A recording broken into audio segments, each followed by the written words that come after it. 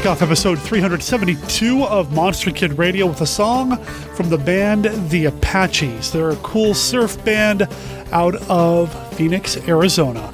This is from their album, The Apaches Take Off. The song is called Breakout. They gave us permission to play their music here on the show. Welcome to Monster Kid Radio, the podcast devoted to the classic and sometimes not so classic genre cinema of yesteryear. I know I'm running a little late. This podcast is going out one day later than I would have liked, but you know, it's Lucha DeMaio. There is a longer match involved. A 2 out of 3 falls, gauntlet, single, queens of whatever match stipulate. You know what? The wrestling is going to be hot and heavy in this episode of Monster Kid Radio is what I'm saying. When we get to the movie, there's going to be a lot of wrestling talk too, but I always try to bring it back to the monsters, so it's still relevant. It still counts, right? My name is Derek M. Cook.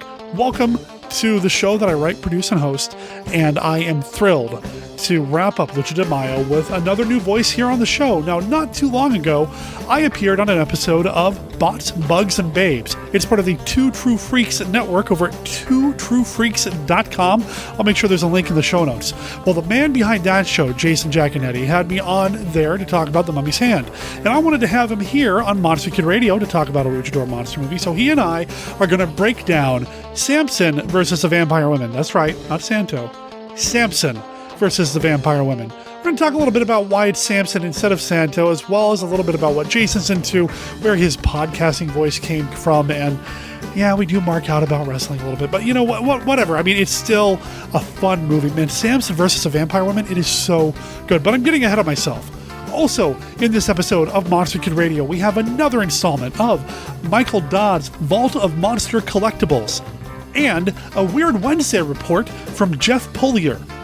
And feedback with the returning Brenda. She's back on the show this week, and we have a voicemail and an email we're going to go over as well. And there's just so much stuff in this episode, up to and including not one but 2 references to Gone with the Wind. I hope it was worth the wait. Let's get into it right after this.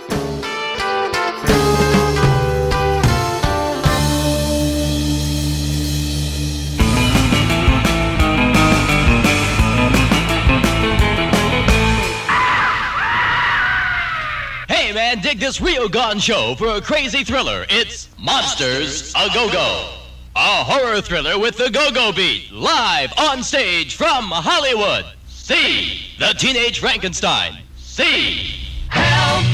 I need somebody. Help! The Beatles mystically transformed. See Hollywood's golden go-go girl, Pat Collins. See the ethereal materialization of 007 as James Bond. It's the kookiest and the spookiest. It's where the action is. See Monsters A Go-Go. Terror walks off the stage and into the audience. Free 2-for-1 pass to anyone who can sit through the entire show, and it's all live. This is the only show that gets away with murder. So come early and get a seat. If you're late, we may put you in a coffin. See Monsters A Go-Go. Monsters A Go-Go. Monsters A Go-Go. Monsters A Go-Go. Do you enjoy movies like Carnival of Souls, The Mole People, Black Sunday, and The Tingler? Do you find yourself late at night reading magazines such as Film Max, Chiller Theater, or Monster Bash? Do you love vintage television programs like Sky King, Outer Limits, and The Time Tunnel? Do you find yourself surfing the net looking for the next monster movie festival or expo? Do you enjoy hearing anecdotes, cinematic details, and unusual insights into some of your favorite movies? If you answered yes to any of the above, you are encouraged to tune into B-Movie-Cast at bmoviecast.com. More frightening than the War of the Worlds. More prophetic than things to come. More imaginative than the Time Machine. Now, H.G. Wells' masterpiece of science fiction, The Food of the Gods. The terrifying tale of man fighting for his life against an ecology gone berserk. Marjo Gortner, Pamela Franklin, the last chance an unsuspecting world has against harmless animals and insects made huge and vicious by the food of the gods, hunting humans in packs, preying on their flesh. The food of the gods. Rated PG. Parental guidance suggested. The food of the gods.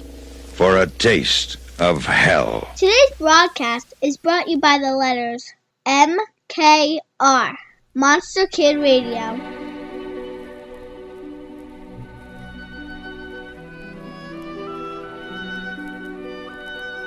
This is Count Vlad, but you may recognize me by my more familiar name, Count Dracula, and I'm here to offer you a friendly warning. Derek and his guests often get excited, and occasionally this results in revealing key plot points of the movies they're discussing. In your parlance, you might call these revelations spoilers. You know how the children of the night, monster kids, can get sometimes. So consider yourself warned. And don't come begging to me to kill them for their transgressions afterward. I have more pressing issues to take care of, like that pesky Van Helsing. Here we are on the last week of this wonderful month, Lucha DeMaio here on Monster Kid Radio, talking about luchador monster movies. And, I wanted to go out. Okay, honestly, I can't say I was the one who came up with this. It was our guest who came up with this movie, Jason Jaconetti. Welcome to Monster Kid Radio, sir. Thank you for having me. Yeah, you are the man behind Bots, Bugs, and Babes and a whole bunch of other podcasts. I've played your promo here on the show, and you contributed a segment of the Classic Five a couple weeks back, which was awesome. Thanks for being part of the show, man. Oh, no problem. One of your listeners, who actually is also one of my listeners, said to me, Hey, Jay, you ever hear of this Monster Kid Radio? And I said, no. Because I was kind of new to the whole podcasting thing. Like I'm not being rude here, but I listened to like my stuff and like that my friends and like Jim Cornette. So you now are part of that same crew. So it's pretty good company to be in. Put it this way, you made the list before Bruce Pritchard did, and Bruce Pritchard might be coming off the list. So because Brother Love doesn't that's another story for another day and another podcast. So wow. Yeah. So I'll be honest with you. You were added before Brother Love was added. No Steve Austin, no Chris Jericho. Those guys didn't make the list of like, I need to listen every week. You're on the listen every week list. So wow. That's and I've been going through trying to catch up on old stuff. But unlike some people who start at one, I listen to the episode, then I go to the one right before it. So you promo, of course, the next one. But I'm just trying to, it just makes it easier for me to kind of work backwards that way. So I'm not scrolling up and down a list trying to, did I listen to this one, kind of thing. So okay.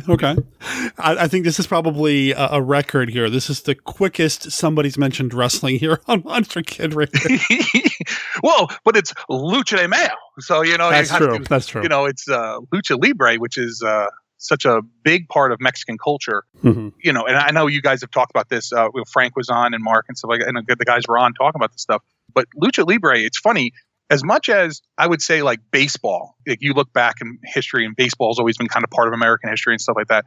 Lucha Libre was so important to Mexico and not just Lucha Libre at the Arena Azteca, kind of thing, but like Lucha Libre, even the little gyms that would pop up in these cities and every week the same people would go. These little tiny things, they were so important because that really defines their superheroes. Like that's who became their superheroes, their Supermans and Batmans and stuff like that.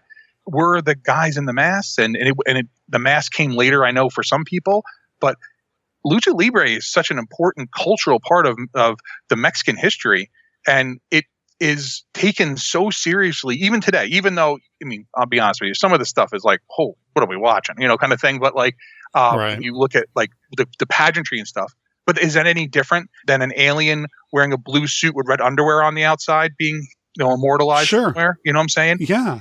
No, I am totally in agreement there. It is such an important part for a long time. Wrestling, Lucha Libre, was pretty much the number one sport in Mexico. It was such an important part of their culture, their entertainment, their identity.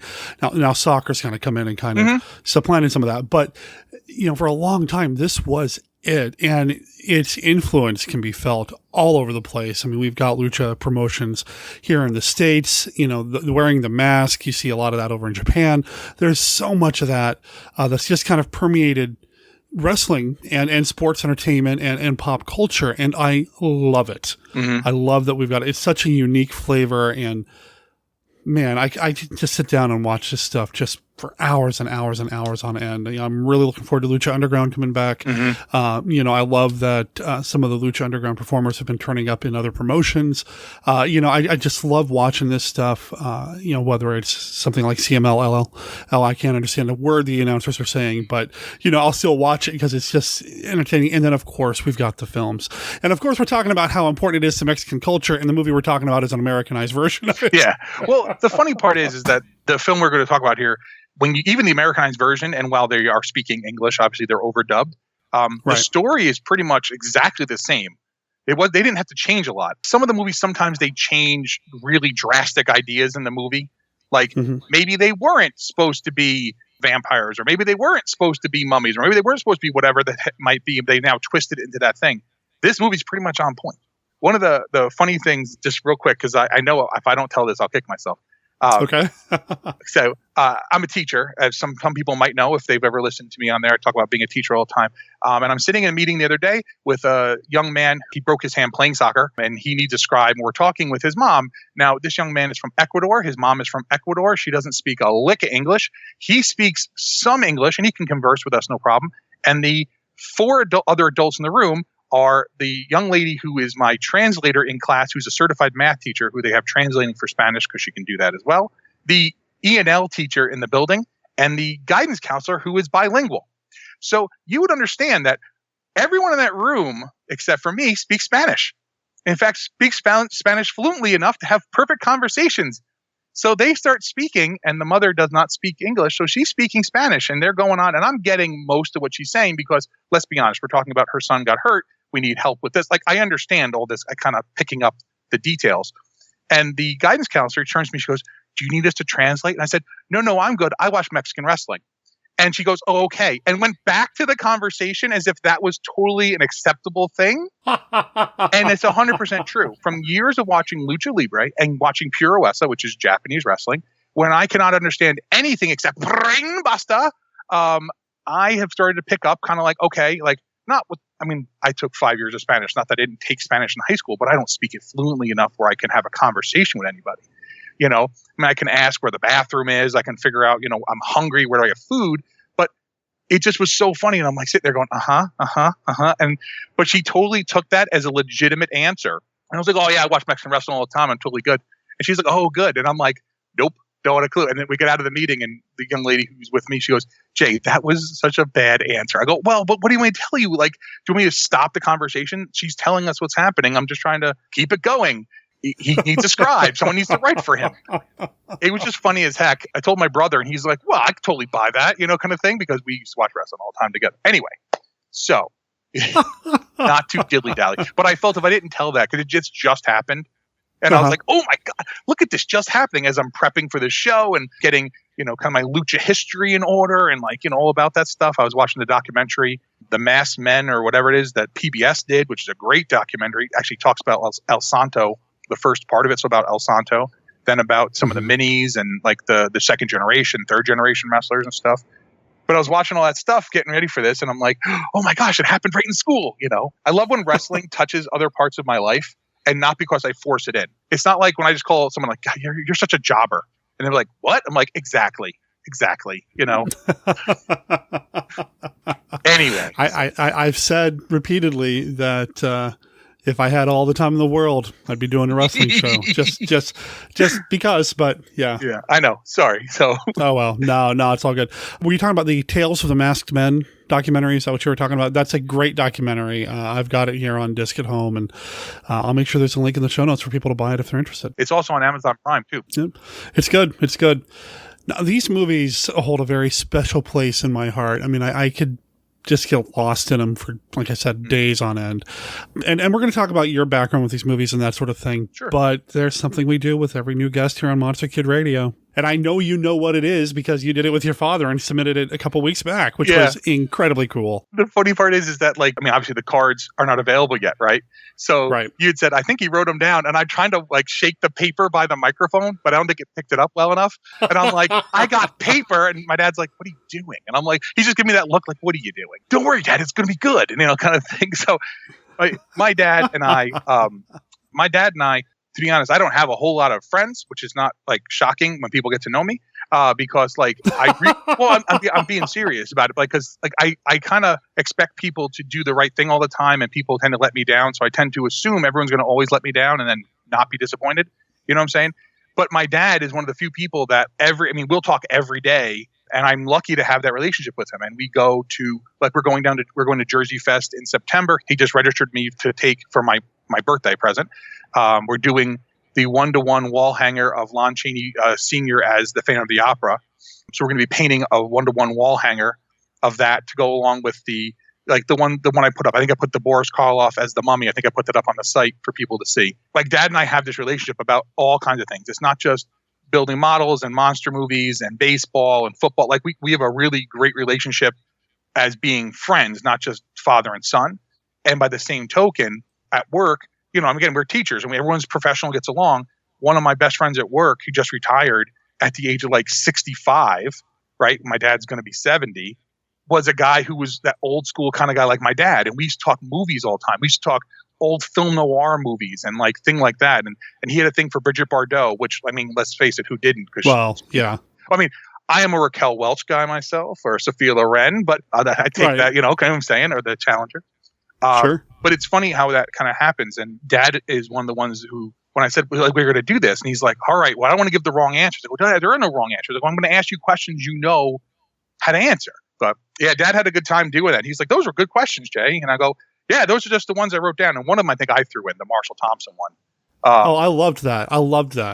Yeah, I always worry about getting too deep into it, but yeah, I mean, I love and It's a Terror from Beyond Space is one of my favorites.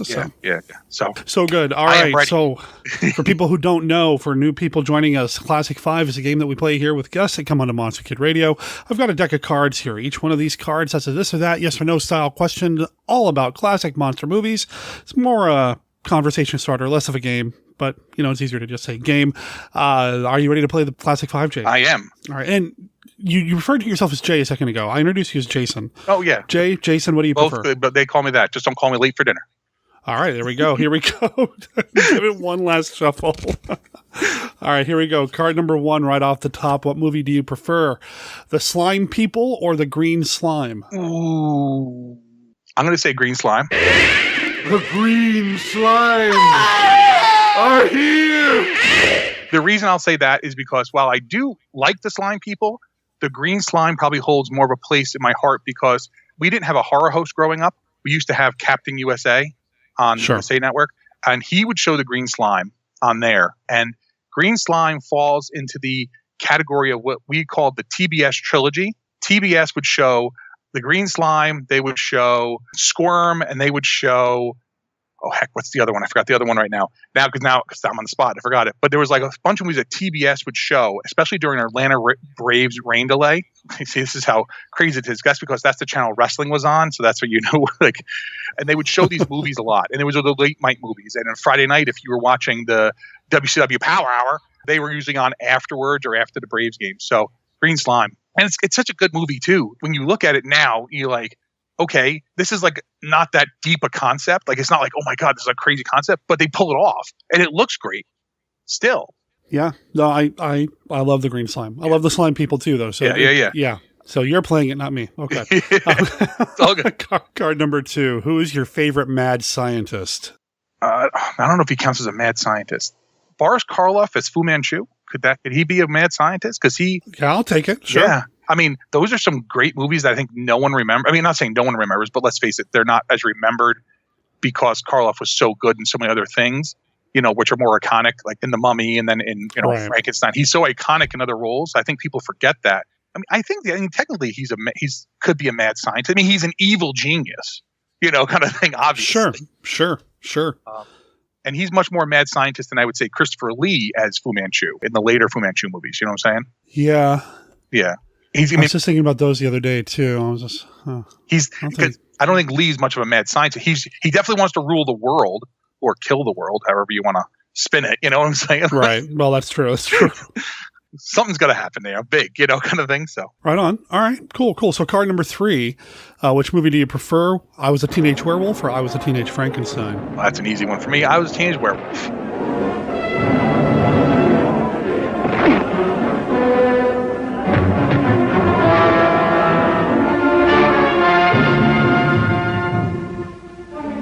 Help me, doctor, please!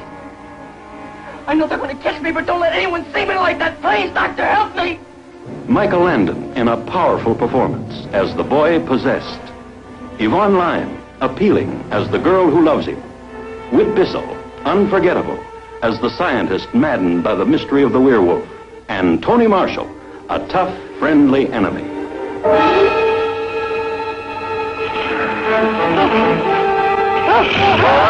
These the official pictures? Yes, Chief. Slash on either side of the throat. You got any theories? Fangs. He was killed by a werewolf. Panic penetrates every home when this strange, unknown killer hits town, taking hold of the teenage crowd, coloring their practical jokes with hysterical humor that'll make you fall flat on your face with horror. No. Remember how wonderful it was when you sprang and suddenly dug in with your fangs, a soft throat, the gush of warm blood? No! No! Nothing you've ever seen has such blood-chilling savagery. Nothing you've ever conceived packs such a spine-tingling jolt. This high school boy, a teenage werewolf, a constant threat of claw-ripping attack to everyone, to the brave and the beautiful. I love the Teenage Werewolf makeup. So the thing comes down to this. My brother, would love I'm a Teenage Frankenstein because he loves the big fried egg eye and the bandages around there and it going to color. I Was a Teenage Werewolf. The look was just always like what sold me from Famous Monsters of Film. And my dad had some famous monsters when we were kids. And then we were lucky enough to live during a time when you could actually purchase Famous Monsters of Filmland magazines for under a small fortune, in decent shape. And we had a lot of them growing up. And the look with the varsity jacket and the jeans, it just so cool. I've actually built models of both.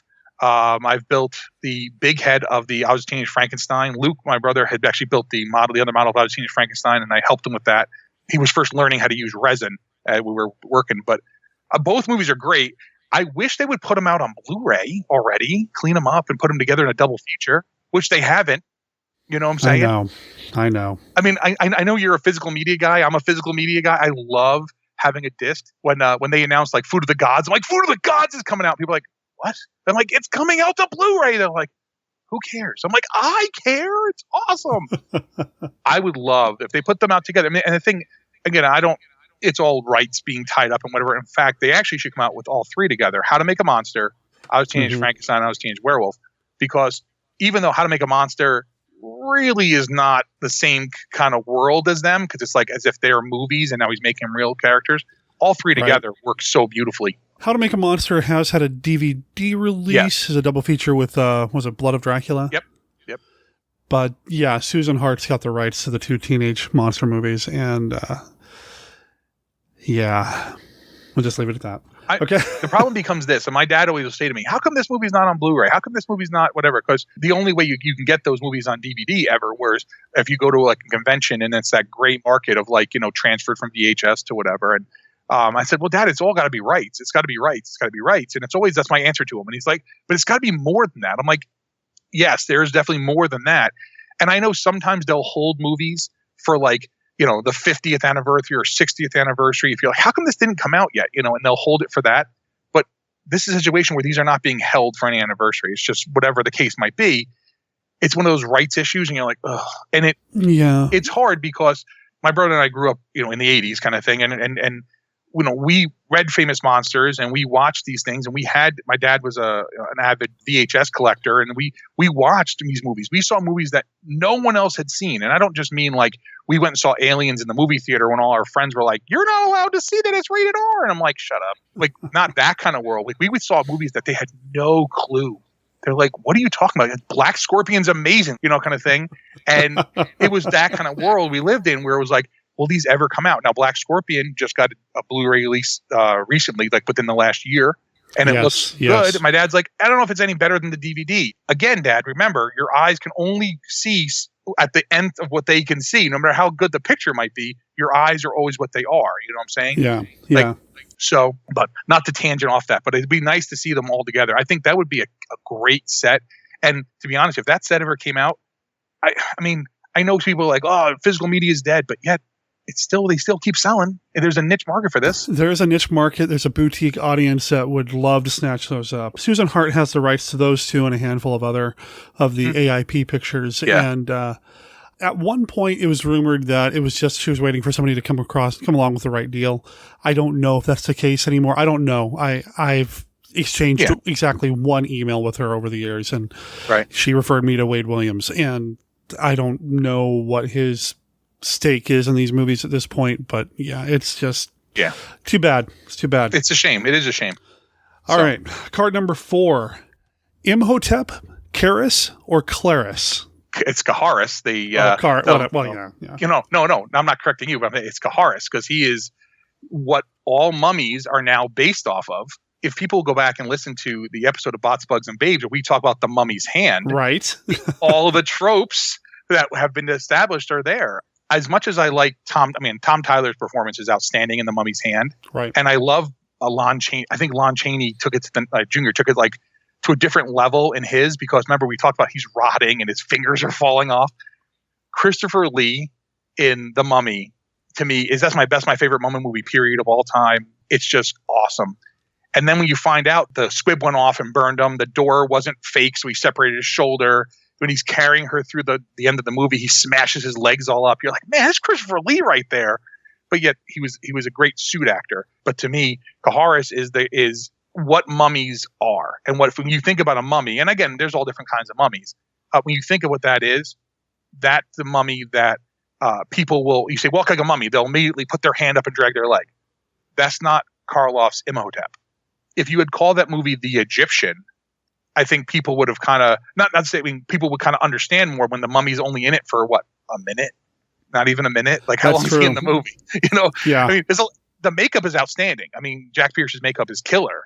But even the old age makeup on Karloff is spectacular. But when you say a mummy movie, people are thinking guy wrapped up in bandages going, looking for tannin leaves. Yep. And you don't want to give him all the tannin leaves because that would release a monster the world has never seen before, which I currently would love to see. Right on. All right. Card number 5.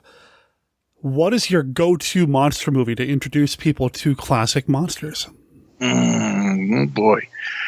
Okay, so we're talking. You mean giant monsters or like just classic monsters in general? Yeah, it's giant monsters. We are going to watch either Them, which is one of the best movies ever made, period, or Beast in 20,000 Fathoms, which is just another great movie. Those two I usually are ones if someone's like wants to see like an older movie because there's nothing boring happen there. You're definitely watching Them is to me is the superior of the two films I just mentioned. Okay, because the movie's just so well written and the acting is so on point. Even watching it now, it just sucks you in, and the fact that the sound the ants make is the sound that here is basically from, it should be happening currently, but with, the weather is crazy.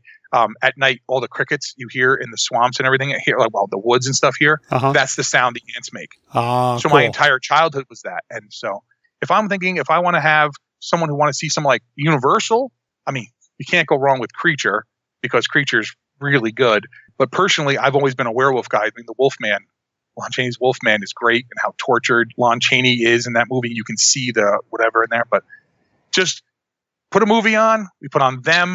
That'd be great. Unless I didn't really like them, then we could put on like Manos Hands of Fate, and that could get them going. But that's a different story for a different day. I don't no, that's not. You know what's not true? I shouldn't say that because I actually like Manos all the way through. Yeah, it's good. So right. Anyway, on. so what I actually had a question for you. Yeah. Because we turn this around. So as I've mentioned here, I'm a teacher, so I kind of do my thing, and I found my voice for teaching from certain things, which helped me find my podcasting voice. And I know you've done work with film and productions and all this different stuff. Where did you find your voice for podcasting, or just even performing, I should say, not even just podcasting? I was a drama kid in high school. Mm-hmm. I did improv and stuff on the stage and that sort of thing. And even before that, if I go back and look at, if I really think about it, I think I did some like school play stuff in grade school and that sort of thing. So that's probably where some of my performance came from. That, and in addition to thinking I was going to be a filmmaker when I grew up, there was a small bursts of time there where I thought I was going to be a rapper. Which I haven't really talked too much about on this show. I mean, people who know me know, but I was the front man for a group called So Damn White there for a little while. And that's actually where my name Brother D came from, which was the name I used as my for my podcasting when I did my zombie podcast a few years ago. So, I mean, there's some of that as well. And then I'm kind of a ham, I just always have been. But as far as like the actual performance part of it and doing the podcasting thing now, I mean, I'm coming up on, I've been podcasting for over 10 years now. And it's, it's just a part of who I am these days. Give me a chance to get in front of a group of people and talk about monster movies or just movies in general. I'm all in, man. I just was wondering, because I know Brenda will often mention how you're trying to tone it down and keep it like low key because you will be too big to get on her microphone. Yeah. And I totally understand that, because I have had people say to me, everything okay in here? And I'm like, I'm just teaching math. I can be excited about, factoring. Like, that's not a problem to me. And I do 5 shows a day, and while some of them might seem similar, they're not exactly the same. And it's hard because it's that projection and, learning to speak, and push the air from, out, instead of just, all those things that go along with it that no one ever teaches you unless you actually do the drama stuff and like singing and or performing. And I never did any of that. I mean, I was the ghost of Christmas future or present, because I was supposed to have the wreath on my head. And that's awesome when I'm in 4th grade going, you will never know, Ebenezer. Like, that's not really acting. Like, I mean, and to be honest with you, I never thought of that kind of stuff. But to me, when I start teaching, I had to find my voice. I had to find, like, who am I going to be as a teacher? And obviously, I'm influenced by other teachers. I work in sarcasm like others work in oils or, pastels. Works sometimes because I teach high school. But I think a lot of where I found my voice, and this is where I was kind of finding out where, because I always ask people, I know like where my brother did and things like that. But when I talk to other people who podcast who I'm not with all the time, like, where did you find that voice? Where did you find that? And I think a lot of mine, to be bluntly honest, and I know we keep going back to this, it's from pro wrestling and Mystery Science Theater 3000. And I think that's one of the reasons why, like, when I'm projecting in the classroom and people are like, how did you do that? We'll be standing in the auditorium and we did this thing where we had the entire junior and half the sophomore class. So 500 kids, I'm just, roughing. They're my age, right? They're women, they're mothers, right? They're like, I'm like, everyone, can we speak quiet? We need to sit down. We sit down. I'm like, are you joking? I go, no, I'm going, hey, everyone sit down, let's go. And they all sit down, they're dead quiet because you just got to push, get the air going up and get it. You're like, we can't do that. I'm like, oh, you totally can. Besides doing this, I coach football and like lacrosse and stuff like that. I said, I'm coaching little girls lacrosse, 5 and 6-year-old lacrosse. And you can hear me all the way across the field come yelling to my girls because they're 5 and 6 and 7 years old.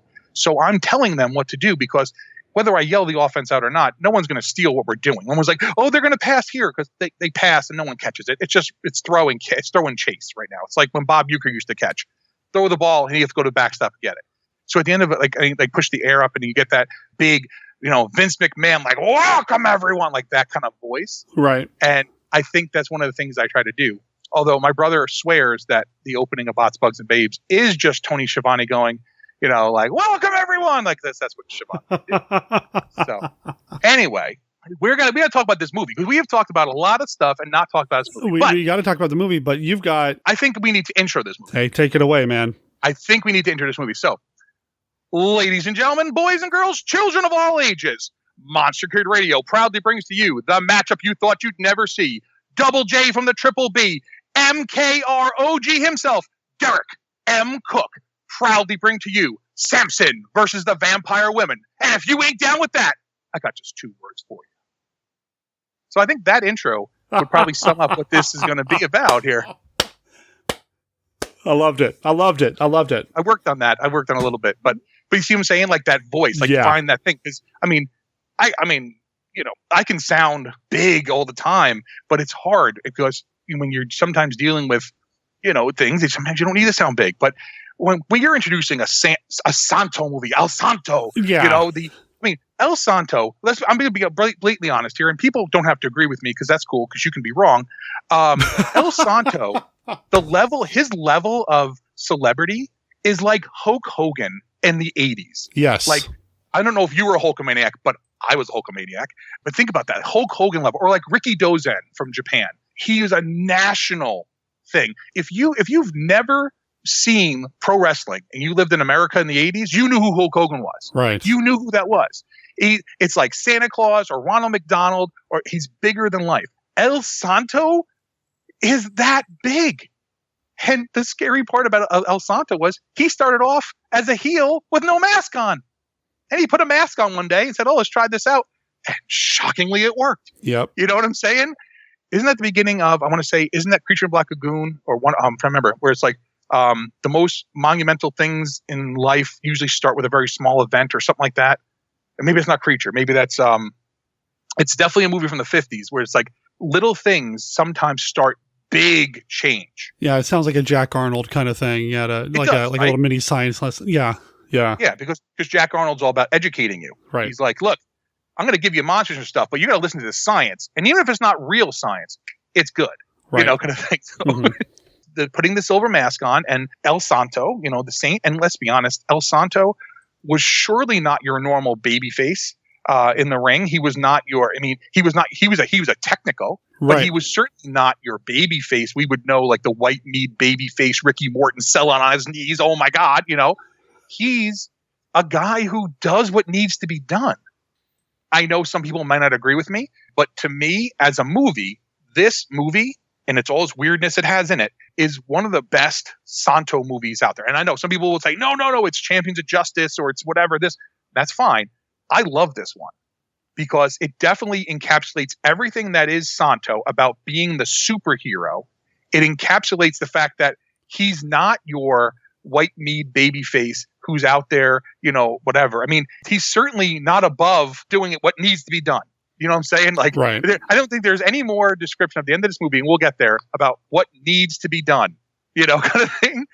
But I think that's what's so great about the Santo movies is that when you watch them, and again, and I know eventually Blue Demon came in, and then we start getting into like later on Mil Mascaras and like the other guys coming in. But this movie is 62. They started filming like January of 62. This came out in 62 in Mexico. It earned a much more significant profit than they were expecting. It actually opened in October, and it actually made money. Hey, we can make money with these, kind of thing. Yeah. It's a great Santo film, but there's also a lot of other things happening in this movie that I really enjoyed. I mean, it's got the luchador action. It's got a couple of wrestling matches in the middle of the movie, and one ends spectacularly, but it's also got some other really great gothic horror movie trappings in this. The whole beginning of the movie with the vampires coming up, the Queen of the Vampires talking about what needs to be done, and it's just really good horror filmmaking. And you could really tell they bumped it up a notch here. They really tried to put all the gloss on this as they could, or cobwebs, I guess, in this case. Yes. And the special effects are great. Some of the shadow work is amazing. The makeup around the woman's eyes when they keep closing in on getting a close-up of the vampire woman, her eyes are just phenomenal.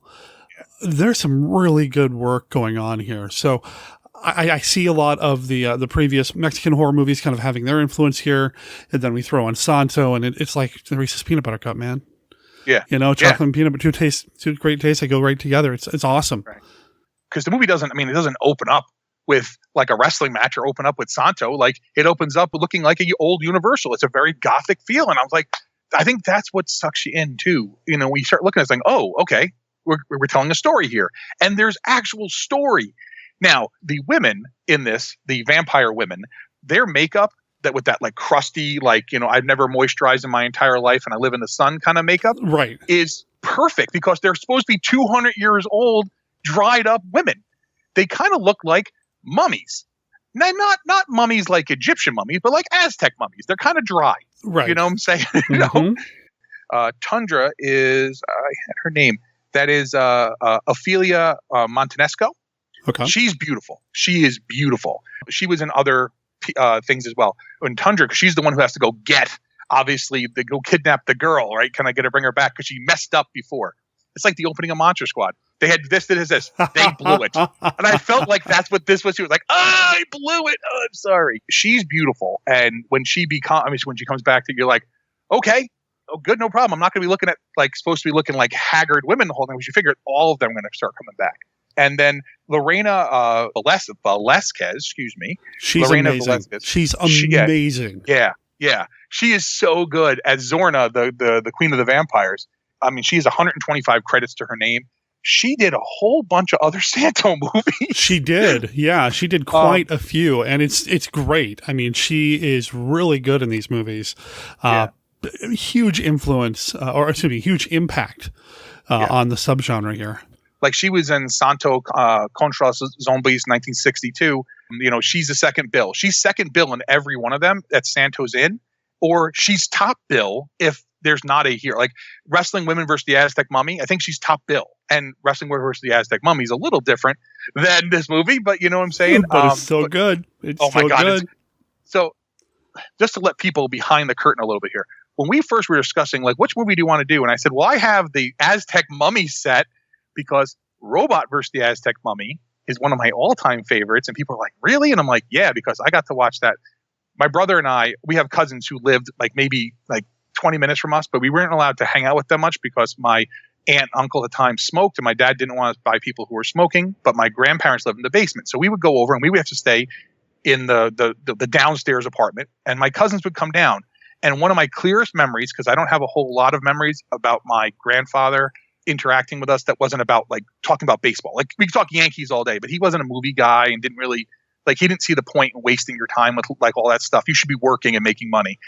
We watched, it was on Channel 5, which was now it's Fox. It used to be the WNYW channel. They had Robot versus the Aztec Mummy. Just one afternoon, it just was on. And I'm like, let's watch this. So we sat there, and my grandfather sat with us. And my cousin, who's the same age as me, my brother, who's 2 years younger, and my other cousin, who's 4 years younger than that, and my grandfather, and we sat there and watched it. When it was done, I was like, I don't know what we just watched. I wasn't 100% sure because I was little. I was probably kind of thing, but kind of not, I'm not super old. But it's one of those movies that holds a place with me. I never thought about it again until I got older and I saw this movie. And I'm like, oh, okay. It never dawned on me that I was watching a Mexican movie called Robot versus the Aztec Mummy. Never dawned on me once that it might be related somehow to this whole genre of the Mexican horror industry, which, let's be honest, the Santo movies and the Blue Demon movies and all those things have their place. And the Aztec Mummy stuff have their place. And the other stuff, they all fit into their own little niche to make that whole cornucopia that is that whole genre. Exactly. So real quick, Maria Duval, who plays Diana, she was actually in Santo versus the Stranglers, El Strangladora, right. or Strangladucha, Mm-hmm. Doesn't this just reek of Universal, right? Like you have your Dracula, your Frankenstein, your whatever kind of thing, but then that's the star of the movie. Here it's El Santo, but it's the same people coming up in different roles, right? Right. And that's the great part because you get comfortable with them and they're believable. I mean, like a guy like George Zucco, you buy that George Zucco. If he's a professor, yes. If he's a scientist, yes, you buy it. You buy that role, of course you do, right? It's like, I mean, Karloff and Lugosi and stuff were the stars, and they did different roles. But I mean, a lot of people, you say Bela Lugosi, if they know who you're talking about, they think about Dracula. But some of Bela's best work was not in the cape and fangs. I mean, The Body Snatchers is my favorite, Karloff, Lugosi together. I mean, I know you're supposed to like The Black Cat or The Raven or whatever, but The Body Snatcher is just great. Them working, because that movie just is so different than a lot of the other stuff you would see, but yet not different. You know what I'm saying? Sure. Yeah, no, I agree with you. I love him as Dracula. I love Lugosi as Dracula, but yeah, I mean, he was capable and did so much more. I mean, his Igor is amazing, and I love the Black Cat, and we're going to be doing the Body Snatchers in the future with a couple of returning guests here on the show. I mean, just wonderful work, and I do feel like you're right. There's this kind of, I don't want to call it a troupe because, I mean, they went off and did other things too. And I don't know how much they really hung out, but there is this kind of troupe of people that, especially earlier in the luchador movies, especially the black and white ones, where there's the same group of people all just kind of making these movies, working at the studio, doing their thing. And it's all believable. They're all committed. And of course, there's a guy who wears a silver mask hanging out with them.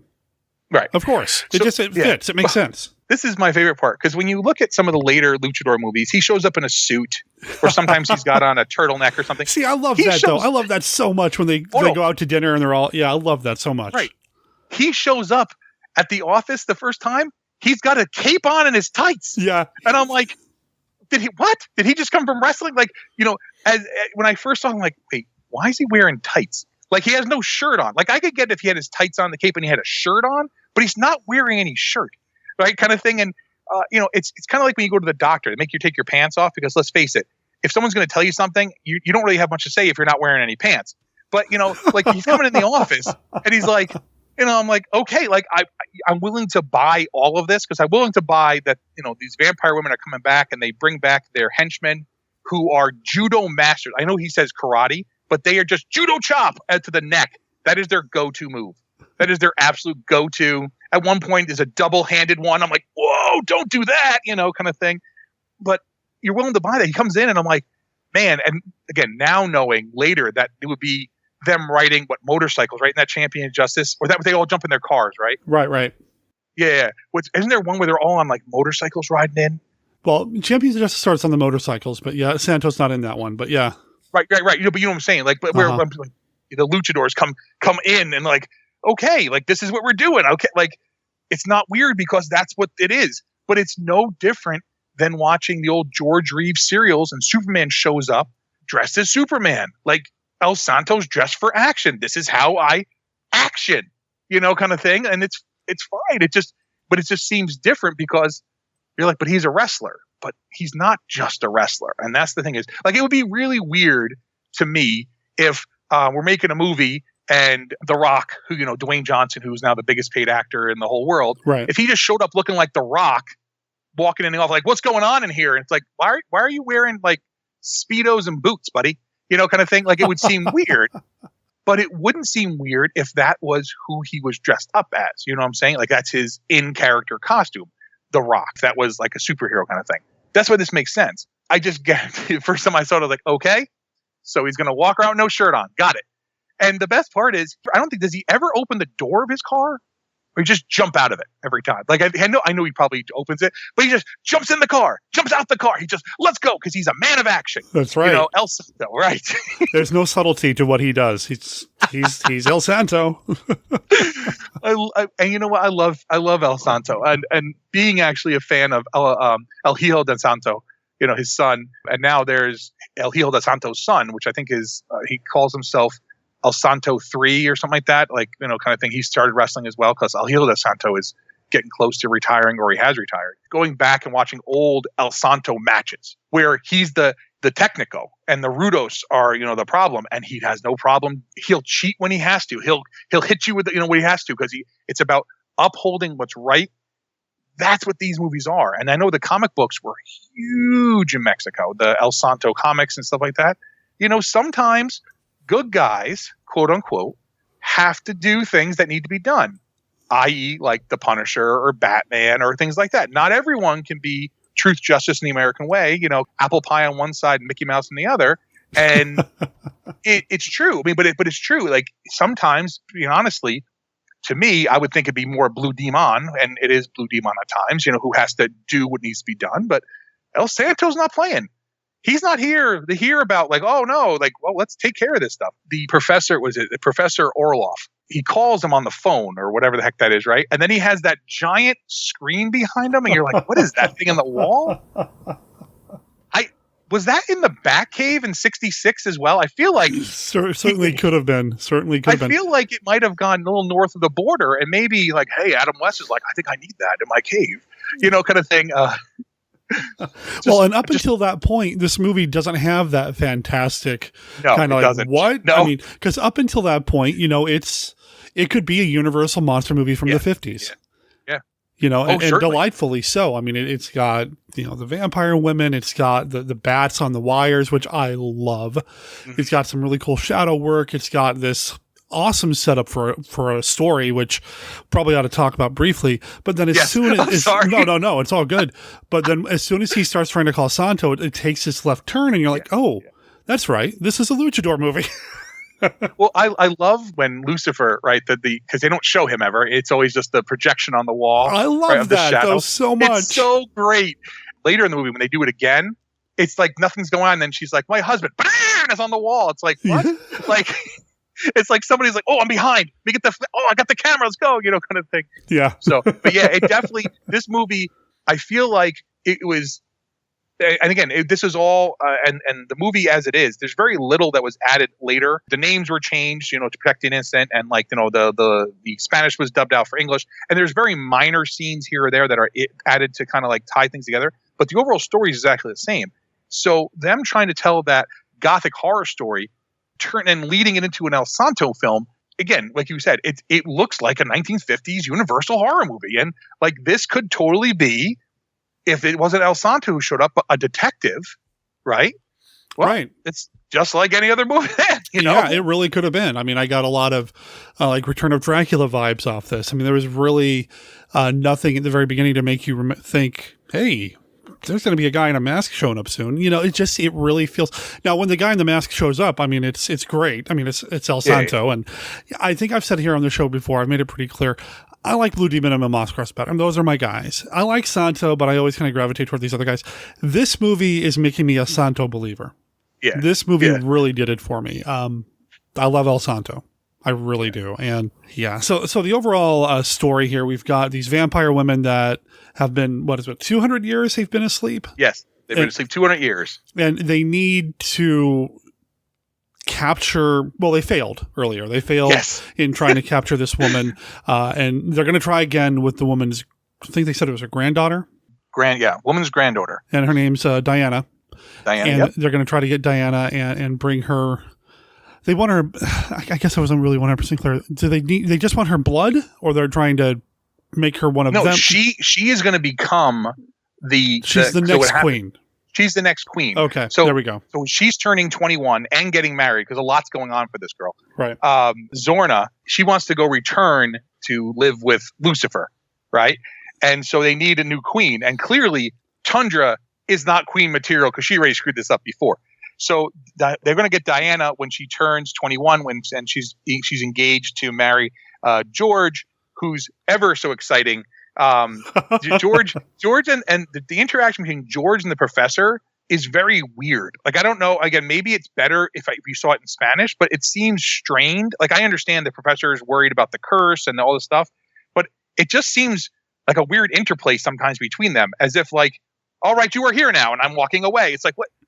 I think what the professor is clearly worried about his daughter, and kind of thing. So the party scene, I don't want to get ahead of ourselves here. The prophecy says that when Diana turns 21, that she will become the new queen of the vampires. They will take her. The ritual will be performed. She will become the queen of the vampires.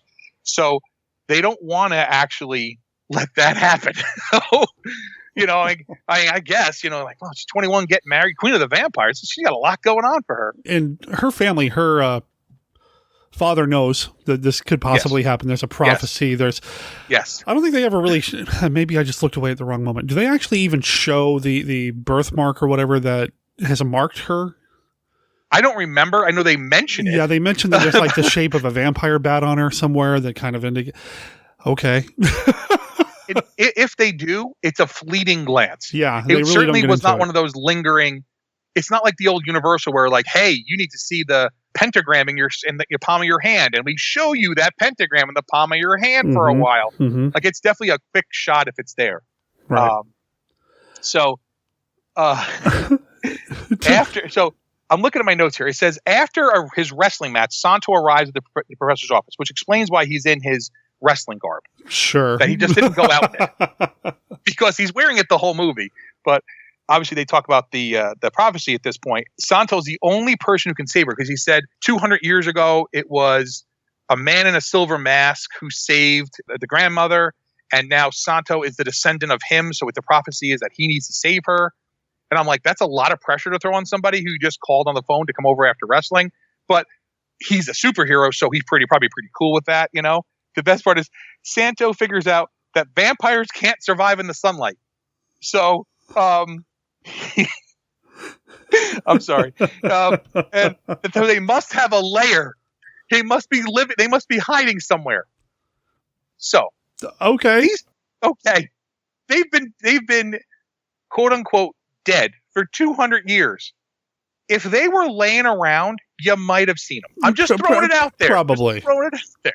The professor's not able to decode the information from the prophecy all the way, so it's a whole other thing. Anyway, the party where she says, what are they? I mean, I know it's a masquerade party, but I'm not 100% sure what some of them are dressed as. Like, I think one guy's a tin soldier, but like the vampires, the men, the henchmen, they come in and no one bats an eye. I mean, because obviously she uses her, her eye hypnotism on the butler, who doesn't he seem really out of place? He does. The American butler seems like, wait, what was he? Now, I know Luke has mentioned this before, movies like The H-Man and things like that, where sometimes people would go on vacation and make a movie. Like you just happen to be on vacation and like, oh, I can make a movie with maybe this, because he's clearly not of Mexican descent, right? Or of Latin descent at all. He's clearly like, when did Alfred get here? Good Lord, kind of thing. Like when they come in and when they're dancing and like they hypnotize George, like Zorna hypnotizes George and he goes to her, and then Diana's dancing with the vampire. She's got her arms straight down. I mean, I know they're trying to portray that she's hypnotized, but it looks insanely awkward the way she's moving. And I know they want that to happen, but no one notices how awkward it is. How does no one else see that she's dancing awkward? Because they didn't hypnotize the whole room. They just hypnotized her and him. And her arms are like straight down, like robot straight down. And I'm like, okay, I'm just not, I get it. I understand what they're trying to do. They're trying to kidnap her, right? And get her out the door. And then they get outside.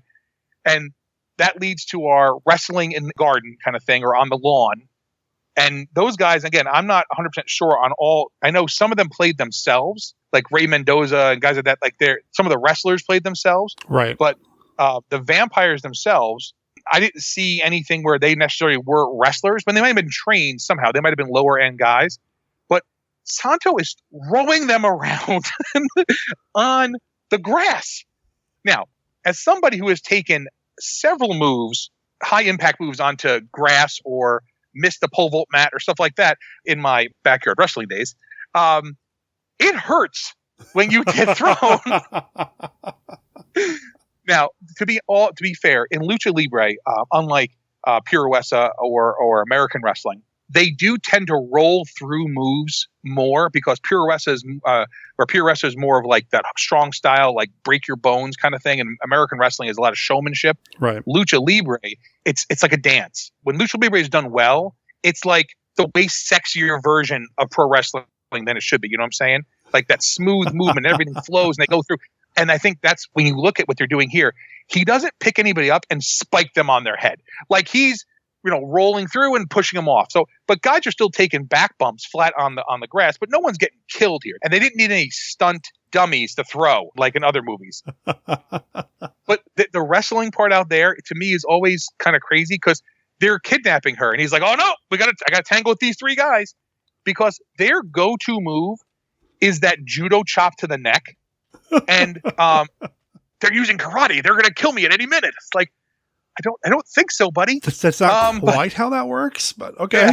Yeah. Well, it could, I guess. This is 62, 63. The Vulcan neck pinch is not that far, removed. Like, I guess people thought the neck area, but anyway, the sorry. So they kidnap her, right? So they kidnap Diana, and now they're going to take her back to their lair, right? Right. So, of course, Santo jumps in his car and chases after them. And one of the henchmen is waiting for him, right? And they get out and they fight. And what happens? Before he goes to kill El Santo, he looks right up at the cross. And I thought that was such a great touch there. In all the lunacy that might be occurring in this, like, Santo shows up, they steal the girl, we have to go get her, let's go, like all that stuff.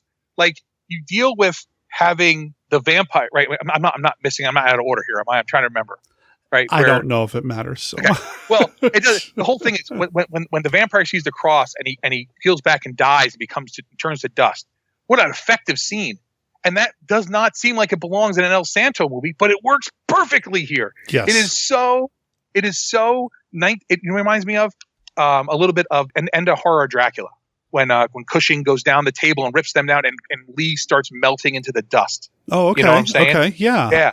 And such an effective. Now, again, that's 58. This is 62. I'm not saying they took the idea from there because it's not like their idea, but it's such an effective way to go there because you're like, oh no, El Santo. Oh no, he karate chopped you. Oh no, he's not going to bite you because of the cross. Take that, right? Evil, kind of thing. Like, you rudos. So one of the things I want to talk about before I get to I got to mention this. Okay, so when they go, Santo's going to have the wrestling match. When they go, when the heel goes, the rudo. So I keep calling it heel. The rudo goes into the locker room and he's going to take a nap. Right? Lock the door. He's going to take a nap before his match. Lock the door so no one bothers me. And the bat comes in through the window, right?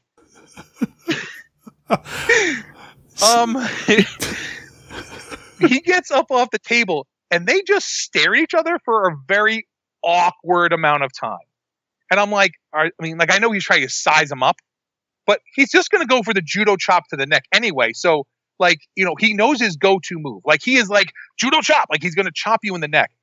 So the manager comes back in. Did he not notice that the guy is now a completely different size? You put the mask on, I guess.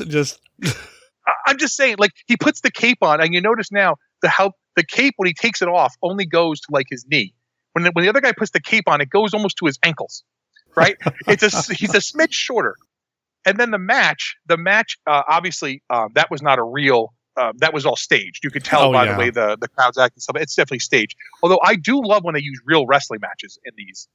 But where El Santo goes to the corner and he's like, he's trying to kill me by using karate, and I'm like, okay. The thing is, he takes him and hurls him into the crowd. Is it maybe the best idea to hurl the bloodthirsty vampire into the crowd? Now, I know they don't know that at that point, but he does. And then when he's grabbing Santo's mask, you just have in your head, like, lay off the mask. Like, what are you doing? Like, kind of, that's my thing. Don't rip it, kind of thing. I was really surprised to see them going for the mask. I don't think they ever said this was a mask versus mask match. I didn't expect that. But the key being is, though, when Santo unmasked him, the giant afro of hair, like that his whole face pops out of it. The reaction is priceless. Everyone's like, "Ah!" They all run, but people are running the wrong way. Like, some run into each other and then back. But the thing is, they're trying to subdue the now vampire in the ring, who's completely wolfing out for some reason. Yeah, he's I know it's a vampire movie, but this guy certainly looked a lot more werewolf to me. He's a werewolf. He's clearly a werewolf. Yeah. Right? And the best part is, they get in the ring, the cops get in the ring, and they get knocked around, and the other guy just shoots them. Just blam, blam. I have watched a lot of professional wrestling in my life, and I have seen some big heels. Like, I wasn't alive when San Martino had his leg broken by Larry Zbyszko, but I've seen clips of it. No one shot Larry Zbyszko, right? Thank God. They shoot the guy in the ring. Now, I know at this point they've kind of figured out that it's a monster, but he's armed. He got in the ring with a gun. Like, all right, put him down, buddy. Ba-boom, ba-boom, ba-boom, kind of thing. And we all know that's not going to work because you can't shoot him. Not with regular bullets. Werewolf or vampire, neither one of them is going to work, right? I mean, he's not Hellboy. He doesn't have his special bullets with like holy water and bits of the cross and all that stuff in him. But that scene, the wrestling scene, is funny because of because when he pulls off, you're like, holy cow, like, really? That guy's in there? Because he gets real hairy real fast. Like, it's not like he's definitely the wrong size. And they pull the mask off and he's like, boom, hair. Like George the Animal Steel was under the mask the whole time. So anyway, so now they gotta go save her because they've got her on the slab, and they're gonna do whatever they're gonna do with her and perform the ritual, and all this stuff is gonna happen. Well, Santo drives there, then jumps out of his car and races to the lair.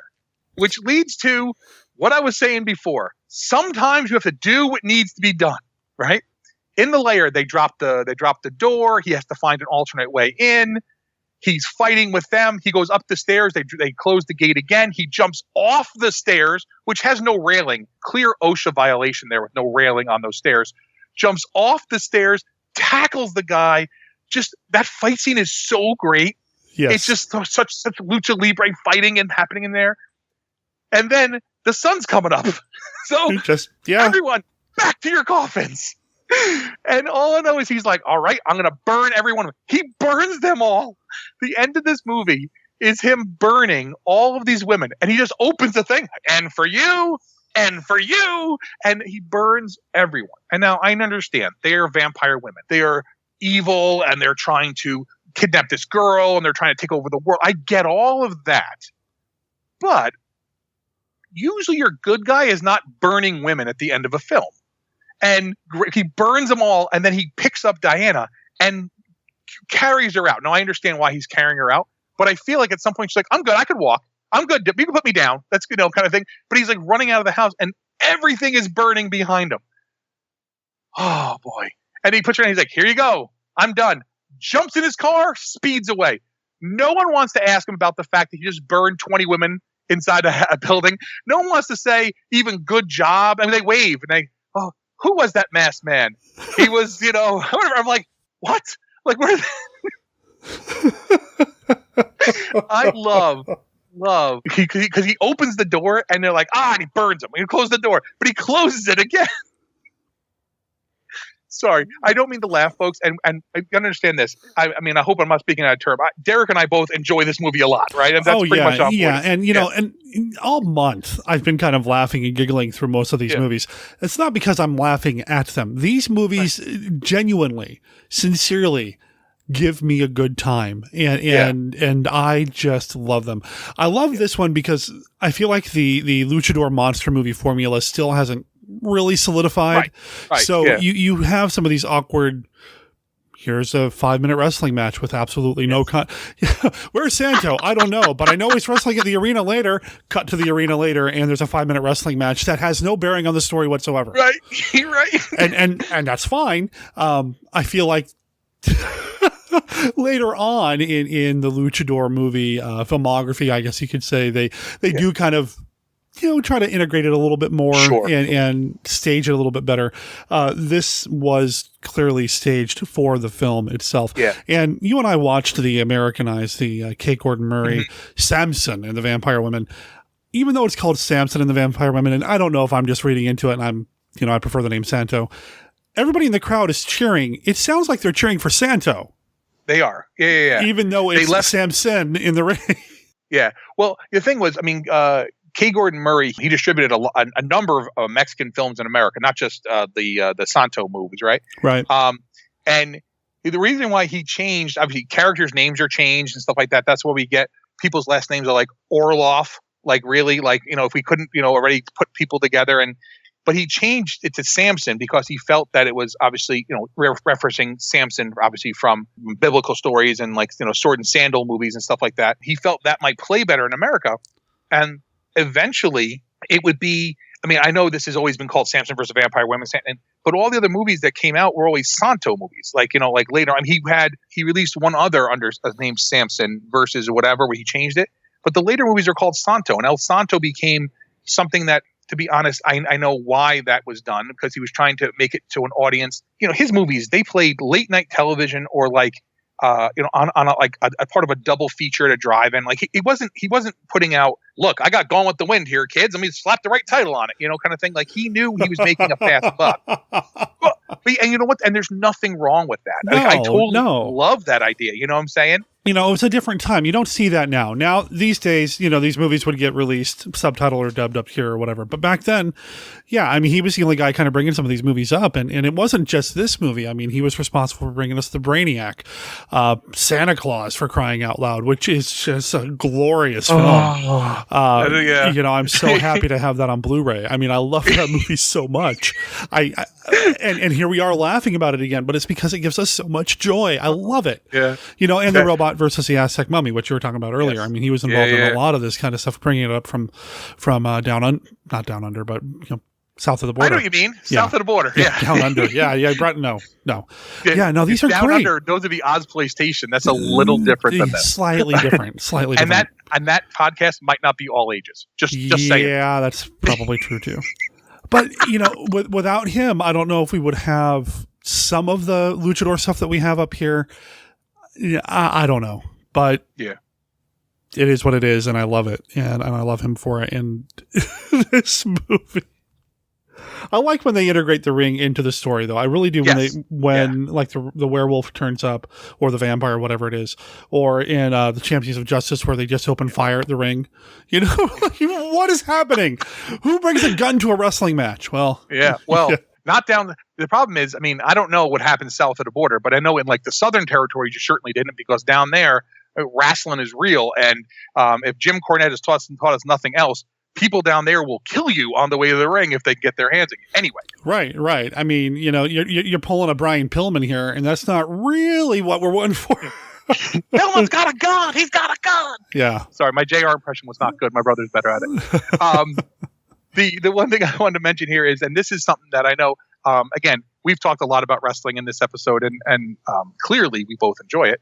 When you look at what happened in the 60s into the 70s, a lot with the Lucha Libre roots that are obviously Lucha Libre was huge before the 60s in Mexico. Some of the influences could be seen in the lower Texas area, like right where Texas meets it. And I'm clearly not talking about, for those you're like, Jay, you don't know what you're talking about. I'm not talking about world-class championship wrestling or the Von Erichs and all that stuff. That's a different thing. Right. Right. But you started seeing that. What happened in Los Angeles and in not so much San Francisco. San Francisco, they understood what they had. They had their battle royals. They're very famous. And they would have the battle royals would happen, and they would bring in Andre the Giant or Bruno Sammartino, and they bring in some big star, right? In Los Angeles, Mexicans started immigrating in. There was a much more call for this to be happening. And that's like San Diego and that area, the lower part of California. So they started bringing in Lucha Libre stars because there was a call for them. And they became, obviously because you had a crowd that was into this. But in the LA, and like the Olympia or whatever the heck, I'm trying to remember what the Coliseum in LA was, it ran those things. They would bring in Lucha Libre stars. Yep. And as an American, you're like, look at this guy in this mask. This is so cool. It's easy to fall in love with that because Lucha Libre truly, and we talked about it with the documentary, The Tales of the Masked Men, right? A lot of it is young kids and women. And not necessarily but a lot of women would go to these, and they would go in Mexico to see because they had these colorful masks and stuff, and they would go. A lot of these guys, not everyone looked like an Adonis all cut up. I mean, some of them looked like 40 pounds or whatever in a 5-pound bag. You know what I'm saying? But like they would go to see the beautiful wrestler, the guys with to see the bodies, because it was a different time back then too. And since that was such a local level. If you had a local wrestling show every week that was people who lived in your neighborhood and you supported that, it became really personal to you. And when those people went on to the bigger stage, you felt like they're representing me. They truly represented the small barrios where they came from, and they represented that. And when they went to America, and it became huge. And to be honest, if you think about it, someone like Mil Máscaras, who might not be the greatest wrestler of all time, truly is one of the best marketers of himself of all time. And people cannot agree with me. It's totally fine. I'm not a huge Mil Máscaras fan in that I do like some other people more than him, but I truly appreciate what he brought to wrestling. Right. The idea of his marketability and the Lucha Libre, the masks that are sold in every single store in these little places, and to wear a mask and what the mask means. And they're not like, I own a few Lucha Libre masks. I know you own at least one. I got 3 or 4, yeah. Okay, I didn't know. I knew at least one. I wish I had more. Right. Well, my problem is my melon is so big, I can't get them on there. So I have to get the ones that are a little stretchier. Right. See, I can't see without my glasses, and I can't wear contacts anymore. So now it's really difficult for me. Well, I can't see without my glasses either. But I'm willing to wrestle blind in a mask if it looks cool. Kind of thing. Like, hey, If Stan Hansen can wrestle blind and all across this world and nearly rip Big Van Vader's ear or his eye, hit him, knock his eye out, I can wrestle without my glasses on too. So what I'm saying is to wear those masks, they're just so cool. And as somebody who, grew up in the same time you did, but think about it. And not to get on wrestling, but think about remember the Killer Bees and the WWF, right? Bee Blind Blair. What happened? They would wrestle, and all of a sudden they would put the masks on. And even though Brian Blair and Jim Brunzell are about 4 inches different in height and about 20 pounds different in weight, the referee couldn't tell them apart. And as a kid, you're like, oh, they're cheating, but it's cheating for good, and you were okay with that if you were because unless you were some people rooted for the heels, you were cheering on the faces. The mask, which means so much to the Mexican culture of their superheroes, here in America became so infectious, and people are like, oh my God, I love the mask. Mr. Wrestling 2, The Destroyer. I mean, The Destroyer was huge in Japan. I mean, I'm up here in the Portland area, and we have the Grappler. Yes, I was going to say the Grappler and he was, and he still, I think he still does some TV work. I mean, you were talking about earlier having a homegrown promotion. We've got the West Coast Wrestling Connection up here in Portland, which you can see on YouTube, but they also broadcast on television. And, I watch that and I really enjoy it. And, when somebody from there kind of makes it to the bigger leagues, I don't know. I mean, a lot of times the bigger leagues, somebody will wash out, like, Gangrel will show up on West Coast Wrestling Connection. That happens. Yeah. But, a couple years, I think it was about a year ago, a guy by the name of Caleb Conley, who was a regular at West Coast Wrestling Connection, he is now on Impact Wrestling. I mean, it's really cool to see these guys kind of move up and you start following these guys, as your hometown guys, you're like, it's just really neat to kind of see that happen. And I don't know where I'm going with this, other than I just really like West Coast Wrestling Connection. I understand exactly what you're saying. And a guy like Caleb Conley, perfect example. Here's a guy who might be a little undersized by some standards for WWE because, everyone's got to look like, insist that Roman Reigns is our guy, even though no one wants him. Oh, boy. And then you take a guy like Caleb Conley, and he's now wrestling in Impact Wrestling, formerly TNA. Right. And he can wrestle in independence and ROH and stuff like that. And all of a sudden, wait, why is Mannix or Suicide back? Oh, wait, that's Caleb Conley under the mask because he's that talented. Oh, that's boy, we are going deep into the wrestling nerddom here, aren't we? It's okay. Wow. You know why? Because here, my brother made this point a long time ago, and people are like, oh, no, it's true. There was truly a time when you could have known everything about Star Wars. Clearly, that hasn't been in many years. But there was a time when you could have known everything about Star Wars because there was only so much released of Star Wars, right? There was a time when you could have known everything about Star Trek, right? Okay. A long time ago. There has never been a time when you can know everything about professional wrestling because it happens everywhere, all across the world, in Asia, Europe, Japan, anywhere. Japan's obviously Asia, but you know what I'm saying? In North America, there's always wrestling happening. There's always something that's occurring. Pro wrestling is so unlike any of those other genres. And people are like, you don't understand, Jay, comic books.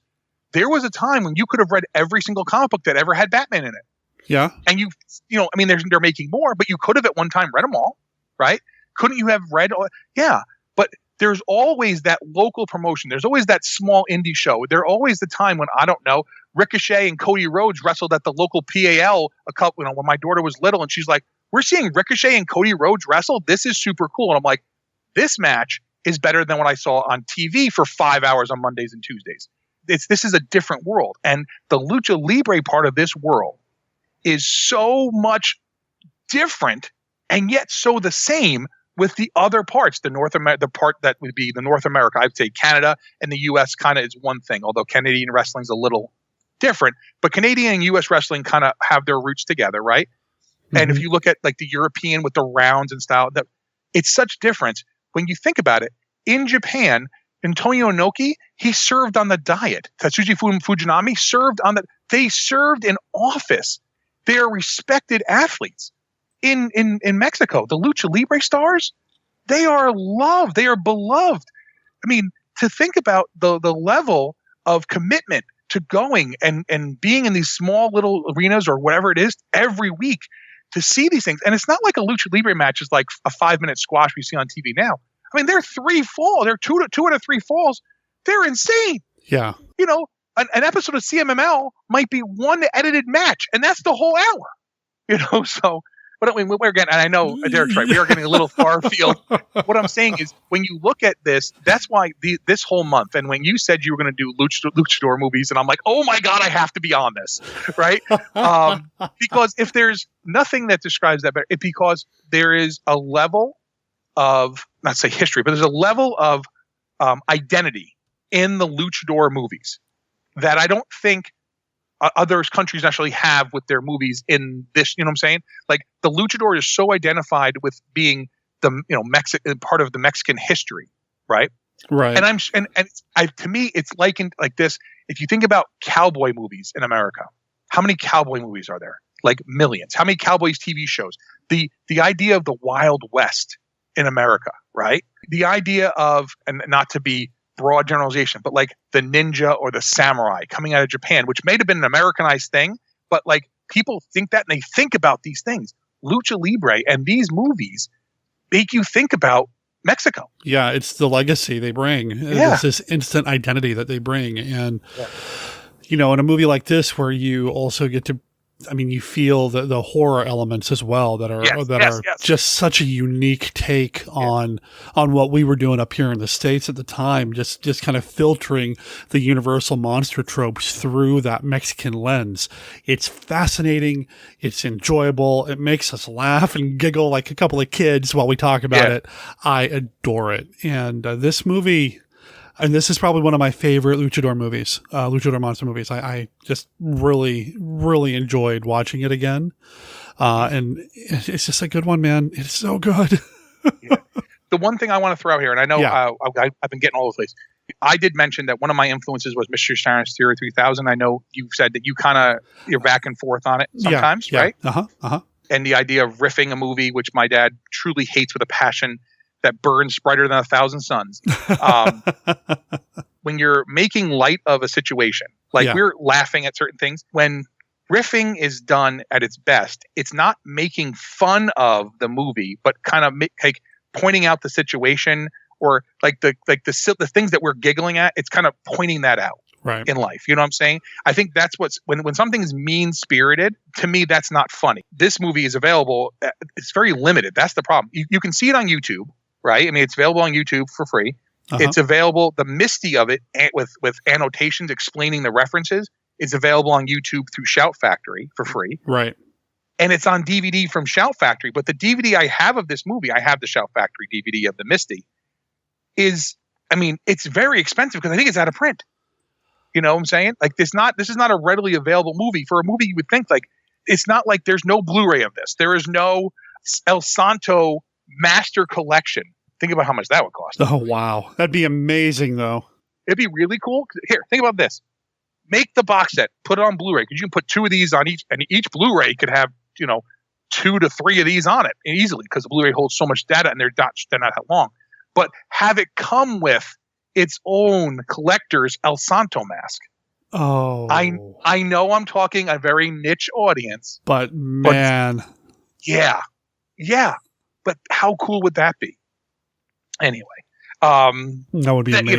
Now that I've put that out there, and now people are like, "Man, I want that, Jay. That's a lot." That's my whiny voice. Like, oh, Mr. J, you suck so hard. I'm like, oh, I know. It'd be amazing. It'd be amazing though to have a collection of these, and I know there are some collections of it out there, but to have just one big run would be fantastic. Because then think about watching them in order. Like being able to put them on nice and crisp and clear. They're going to look like old movies cleaned up. But imagine watching them in order and watching the progression of the El Santo movies. Right?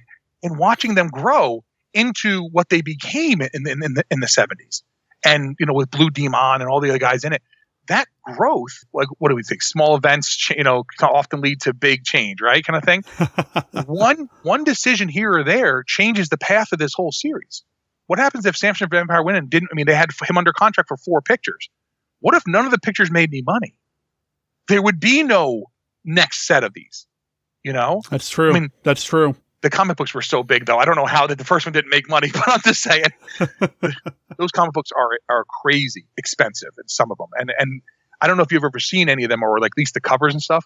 they would take things from like clearly just like another movie poster and then stick El Santo in it. And like, oh yeah, you know, it was like, oh yeah. And they're great. The best is when something is drawn and then it's like a cutout of a picture of him stuck into it. Like, doesn't even look right. And they were like, this one's worth so much money. I'm like, oh, okay, I'm willing to believe you. But it's like, what? It's just that different thing. I can't think of anything.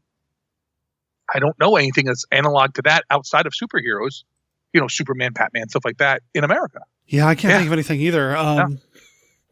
But no, I think you're right. Yeah. And these movies, you know I say I go back and forth on the MST3K thing.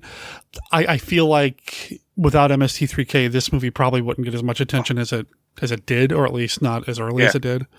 It really was good for this film, and to get it out there, and Shout Factory's got it out there now. You can find it all over the place. I actually had a hard time finding it unriffed. I mean, I did eventually find it, but it was difficult for me to find it unriffed, just to find the straight up K. Gordon Murray edition. So, I mean, but it is out there. So it is out there. Yeah, and that the disc that I have, I don't know if you have the same one that has the green writing and like the woman's eyes on the cover and stuff. Yeah. The thing was that I had never seen that disc. My brother's mother-in-law, when she was alive, God rest her soul, she got it she bought a whole bunch of horror movies. And my brother said, he goes, Barbara, you have Santos the Vampire Women? You ever watch? She goes, no, I've never watched it. I bought a whole bunch of movies and it was there. He goes, my brother would love this. So I bought it off of her. Okay. You know, for like $5, right? And I'd never seen it ever again. Like I've never seen it available anywhere. And now I look it on Amazon and stuff. I'm like, this thing's out of print. It's whatever. But it was one of those things you just couldn't find it. It wasn't like, oh, well, they didn't have it in stock. People look like, what are you even talking about? You know, kind of thing. And you're like, oh, it's got this and this. And you can't describe the movie to them because the people just shake their head and walk away when you start describing the movie to them. You know, kind of thing. Because you're like, what, you want to watch a movie about a Mexican wrestler? What? And they just walk away. You know, I guess it could be worse. You could describe Ship of Monsters to people. Oh, God. And feel like you're on an LSD trip or something along those lines. Or like, am I smelling almonds? Am I having a stroke? You know, kind of thing. Sorry, that's horrible. I shouldn't say things like that. But, you know, kind of thing. Because that movie is like just Ship of Monsters. If you have never seen Ship of Monsters, it's on YouTube. Watch it. And then you let us know what you think. Because I'll tell you right now. That one's, woof.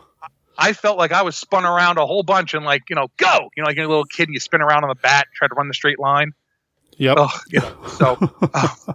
But yeah, it's available. And the thing is, the on YouTube, obviously, you have the Misty riff of it. The actual one on YouTube, I think, is taken right from that disc. I'm pretty sure it's the same. And someone just ripped the disc and put it up on YouTube. Okay. So it looks about the same quality, you know, kind of thing. It's clearly not worse quality, but it's not like, wow, this is like a 4K. Well, I can't imagine a 4K, a 2K restoration. Imagine a 4K restoration. You could see every hair as he wolfs out, you know, kind of thing. I'd pay for that. I would like to see his, actually, it would be better. It would be in IMAX 3D. Oh, wow. Burn the women! You know, kind of thing. Oh, now flames will jump off the screen. Now I want a Luchador monster movie in 3D. That's what I want. Somebody needs to make that. Please, somebody make that. I think we know who's going to make that. It's going to be Mil Mascaras. Yeah. Because the new one, I didn't see all. I saw quite a little bit of the. Oh, what's the one I'm trying to remember? Well, there was the Aztec Mummy, and then Academy of Doom is the second one. Yeah, it's Aztec Mummy. Yeah, the one, right? That's the ones the new release ones. You know, and he's wrestling and he's jumping around. I'm like, come on, Mil, you're getting kind of old here, buddy. You know, kind of thing. And he's like, and these guys show up, and it's like the who's who. Yeah. Lucha Libre. It's like El Hijo de Santo. You know, El Hijo de Phasmo. It's like, okay, oh, cool, I know these guys. You know, and you know, Tenet Place Jr. You know, and the guys like that. You know, so. Anyway, I have rambled. I am sorry. I am on here rambling like crazy. It's all good, man. It is all good. I mean, having a fellow enthusiast on the show has been awesome. I do need to go ahead and start wrapping up. But before we do that, I want to make sure people know they can hear you. Is it once a month at Bots, Bugs, and Babes? Well, the regular releases are once a month on the 13th of the month. Yeah, it's Bots, Bugs, and Babes, the B-movie podcast from Classical, some little cheese in between. Yeah, it's once a month on the 13th. We post, and then I post special episodes. We did a couple of special episodes. Guys who I became friends with who had Kickstarters going that seemed like they would tie into the stuff we were working on. One was about giant monsters, and there was some about a guy was making a bust of this demon, and we're like, hey, let's promote this stuff. We'll do crossover episodes where my brother's show, Earth Destruction Rective, he'll come on and we'll do crossovers there. And then I release special episodes too, the kind of things. Dad and I will often do special episodes. October, we get 2. You get one on the 13th and one on the 31st, for Halloween. Well, yeah. Because you have to. Yeah. And if you haven't heard me talk about wrestling enough and you want to hear my brother, our buddy Chris, and I talk about wrestling, that's Get Back to the Wrestling. Finally a show on the internet about professional wrestling, because we've never had one before. Oh, yeah, sure. No, never. Yeah, right. It's funny we say that, and I'm like, wait, but most of those are not really about professional wrestling. It's just that I'm talking about the business. We talk about the actual stuff, but I digress. For those of you who are interested, that show, there is some definite adult language used on that show. So I'm just forewarning you. Don't be like, hey, kids, let's listen and talk about WrestleMania 4. It's not kid. I mean, my daughter listens to it, but hearing Daddy curse is not something she hasn't heard already. And then the other place you can hear me regularly is the Vault of Starling Monster Horror Tales of Terror, and that is our horror podcast we do over on the Two True Freaks Radio Network. My brother Luke and I, along with Chris Chris Tyler, we call him Chris Hero. He's the hair metal hero. Chris Hero wrestling reference, of course. And then one of the OGs over there, Chris Honeywell, we talk about all kinds of stuff. In fact, we just finished all the Nightmare on Elm Street movies. Well, we have to do the remake, but no one wants to. And then we're talking about Hammer movies and stuff currently. I was going to say, recently you talked about one of my favorite Hammer films, Captain Kronos. So. Oh, yeah. I love Captain Kronos. I know that some people are like, what are you guys, Captain Kronos? Like, we have hit some really deep stuff today, so to speak. Like, you have to kind of know your wrestling or whatever. If you have never seen Captain Kronos Vampire Hunter, what are you doing? Like, go spend the hour and a half. It's awesome. You're missing out. And Carolyn Monroe is in there. It's like her second movie. We try to make the horror one. Again, that's not kid friendly all the time. There are definitely some naughty words used by all of us on that show. But again, we try to mix things up, and we do what we call Freak's Choice and whatever. And we love people, giving feedback and stuff. And that actually was one of our longtime listeners and an author. He had said, hey, I really would love to do, Captain Kronos Vampire Hunter. We're like, yeah, we want you on, kind of thing. And it's just kind of funny because Thomas DJ, he's an author, and he was like, yeah, I want to do Captain Kronos. We're like, yes, we want to do Captain Kronos. Like, it wasn't like twisting our arms. It's like an easy sell. I think we're going to talk about Legend of the Seven Golden Vampires coming up probably this summer. Another one. Nice. Talk about a weird movie. Yeah, but I love it. I love it so much. I love it too. It's so great. I think this is one of the things too. And you and I have talked about this when you were on with me. We kind of just off the air kind of talking about we can watch these movies and escape to a different time. Yes, right? Indeed. To me, I don't mean like it doesn't have to be just monster movies. Like, I can throw on The Odd Couple at any time and look at New York City in the 60s. And even though I wasn't alive in the 60s in New York City, I remember a New York City that was not Mickey Mouse and ESPN and Disney everything. I remember a city where you didn't walk by Bryant Park because you get killed. And I remember when 42nd Street wasn't a place to be, or definitely not a family destination. And I can look back at old things like that. Well, oh man, I remember this. And I remember some of it. Maybe it takes me back to that time. And yes, The Odd Couple is probably one of the funniest movies ever made, period, and a hysterical play. But it takes me to a different time. So I can not have to worry about it being, 2018 and whatever else might be going on. You can kind of escape. This movie is a perfect example of that. I think the other ones you've covered this month are all perfect examples of that. Escaping, maybe not even just escaping to a different time, to a different country. Yes, exactly. Where luchadors show up wearing fine suits and their best masks. That's right, man. And so it's good stuff, man. Well, this has been a blast. I loved having you on. We'll have to have you on back down the line. Let's not wait till next May, though. Let's come up with something. Oh, no. Yeah, we got plenty of monster movies out there to talk about. Of course. And thanks for having me on your show, too. Really appreciate that. Was a lot of fun. It was a lot of fun. Yeah. We're gonna have you back on. I'm telling you. Thank you for having me. This was a lot of fun. Thanks a lot, man. I appreciate it. Have a good one, all right? Two True Freaks, and you actually spell out the word two and then true and then freaks.com. Again, link in the show notes. Go check out all the shows as part of the Two True Freaks network. Looks like there's a lot of quality content there, and Bots, Bugs, and Babes is a fun show. And I'm not just saying that because I was actually on the show. That was a real blast to have Jason over here. It brought his style of podcasting with my style of podcasting.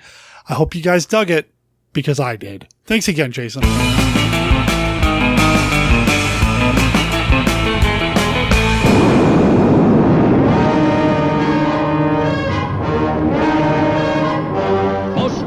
News of all. At nightfall, monstrous animals crawl out of crater of volcano. Great herds of cattle stampede before this living inferno. Vast area devastated by appalling new horror. A creature named the Black Scorpion by panic-stricken people of San Lorenzo. Entire population prays for deliverance. For miles around, cowboys came upon one dead steer after another. One of them had heard the tale of the demon bull of the Maricopa. Having lost family or friends to something absolutely unknown, we could be in another world. Nation's leaders confer as news received of possible threat to capital. This is a city of 4 million people. If word of these leaks out, the panic of the population could be worse than the scorpions. The Black Scorpion destroys communications. Hundreds annihilated.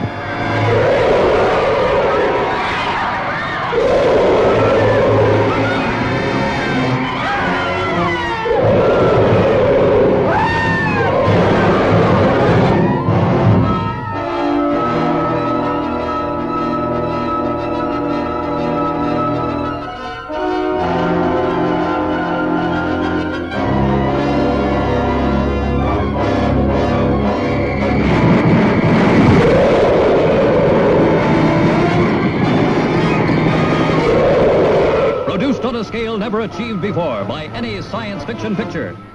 Thousands in the cast.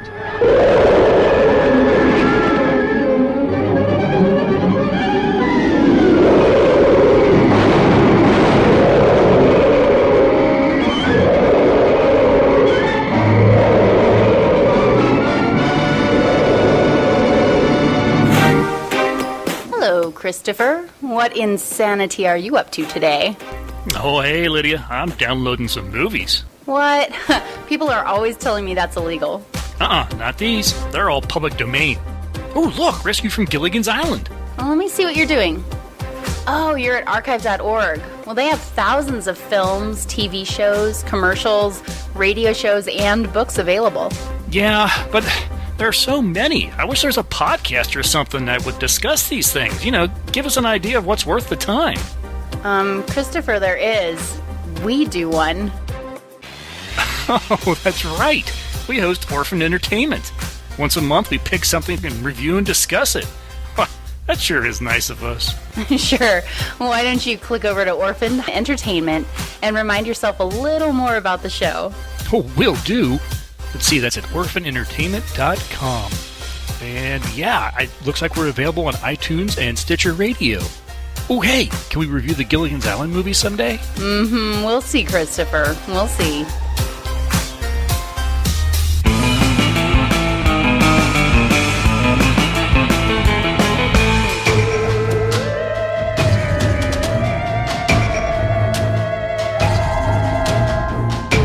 Michael Dodd's Vault of Monster Collectibles.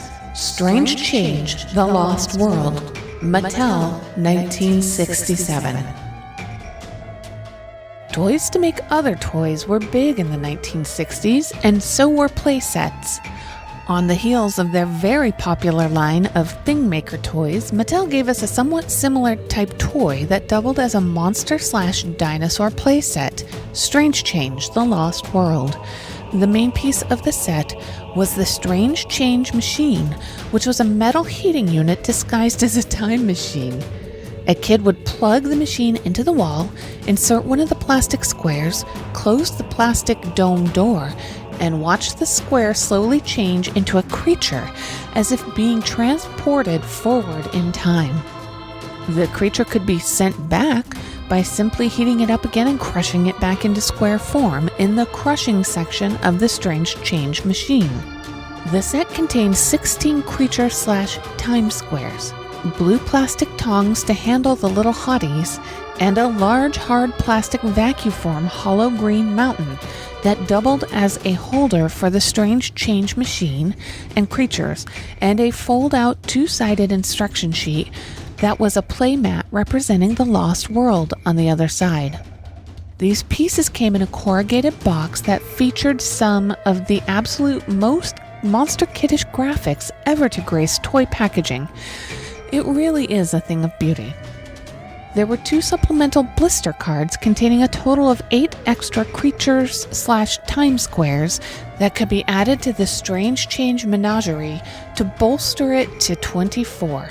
One of these accessory packs, spelled PAKS, is called Astropods and contained the Crabosaurus, Flyodon, Slunkapod, and Raspigator. The other being Creaturelings, which contained Beetledontodon, Antisaurus, and the very popular Snaggle-Fanged Oculus and Hooded Skullcaronimus. The original 16 included dinosaurs, a robot, a mummy, a skeleton, an astronaut, giant bugs and reptiles, a tree monster, and the popular Membrane Man. Prices have risen considerably on these sets in the last few years. You commonly see damaged, incomplete sets on eBay that sell in the $50 to $100 range, and sometimes even cheaper depending on how much is missing and how it displays. Complete working sets in excellent conditions with nice boxes seem to command prices in the $150 to $200 range. A totally complete set in like-new working condition with a very nice box and all of the packing materials such as clear plastic dome piece that fits over the crater section of the mountain and the paper insert that comes inside the plastic dome might command prices more in the $300 range. A still sealed set with undamaged box, if you could ever find one, would possibly sell more in the $500 to $600 range, though this is just a guess based on other comparable toys since I've never heard of a sealed example changing hands or even turning up for that matter. The 2 accessory packs, still sealed on excellent condition blister cards, might bring in around $100 each, though these are seldom seen. Even the individual creatures sell for around $5 to $10 for some of the more popular ones. I sold an excellent Snaggle-Fanged Oculus on eBay a couple of years back for $10. Usually you see the creatures offered in lots, and they can generally be had for $2 to $3 each when bought in lots. A quick word about condition issues. It's common to see the Strange Change machine itself no longer able to heat up. Since most collectors just display this stuff, it isn't really much of an issue if the unit no longer heats. But in order to command some of the higher prices I mentioned before, a buyer still wants the thing to work. The hollow green mountain is prone to splitting at the corners from the weight of the metal heating unit. The hollow green mountain is prone to splitting at the corners from the weight of the metal heating unit. I've never seen a picture of the green mountain that didn't have some degree of corner splitting. Collectors just have to accept this if they want one in their collection. The mountain is fairly strong, so a careful collector will probably see no further degradation, but I would advise not storing or displaying it with a heavy heating unit on the mountain piece. Even a sealed example would probably contain a split mountain piece, and there are probably no mountain pieces in existence that don't have some degree of splitting at this point. Also, the plastic the creatures are made from tends to scorch and dry out if heated for too long. If the plastic gets too dried out, it can't be crushed back very easily, and the creature makes a nasty looking display piece. Most collectors just display their sets and don't actually use them because the plastic loses its look and pliability if changed back and forth too much. I received a Strange Change The Lost World set in 1967 at the age of 8. I enjoyed it very much, even though the figures themselves were a bit smaller than most of the toy monsters and dinosaurs I was used to playing with. Like with most of my toys, the ultra cool box got discarded pretty quickly. What were we thinking back then? I still have most of that set, though the heating unit quit working decades ago. A few years ago, I was pining for the cool box and a nice display set, and I found an eBay listing for a complete set, including the cards and accessory packs. The set even included the original paper insert for the dome, as well as extra copies of it. I took the plunge for around $135, including shipping, and have enjoyed looking at the stuff ever since. If you get one, be sure to get it in an excellent box. The box is the charm here, Monster Kids. Gorgeous graphics from the coolest time to be a kid. I've included some pics of my set to bring back the great memories. Next episode, we take a look at maybe the coolest mask ever made. From 1972, the Vern Langdon zombie mask. We'll also look at the Kelly Man reissue, as well as some of the other copies and recasts floating around out there in the Maskosphere. Also, we'll cover some of the killer merch associated with the Vern Langdon zombie mask, like the creepy 1972 annual, and some of the awesome recent merch available at the Vern Langdon website. Can you dig a VLZ action figure, tiki mug, and more? I thought so.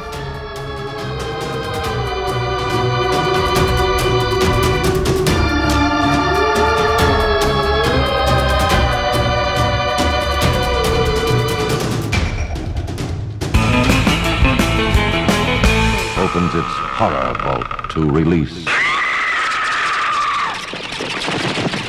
3 macabre masterpieces.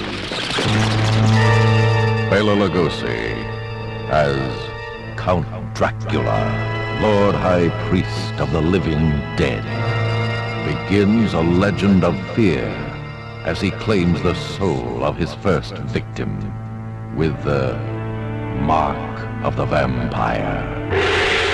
Boris Karloff as the evil Fu Manchu, his passion for power twisting his brilliant mind as he revels in the horrors of human sacrifice and torture.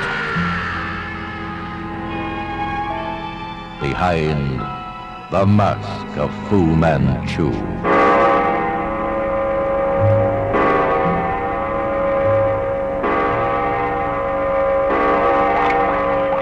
Frederick March as the futuristic experimenter Dr. Jekyll, using chemistry to expand his mind,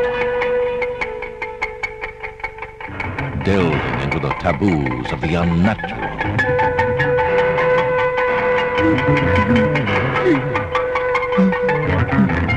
to free the primitive, savage, murderer, Mr. Hyde, in the screen's first classic portrayal of Dr. Jekyll and Mr. Hyde. Bela Lugosi, Mark of the Vampire. Boris Karloff, The Mask of Fu Manchu. Frederick March. Dr. Jekyll and Mr. Hyde. Torture, terror, taboo, together in a triple trip to the time when terror began. Now from MGM.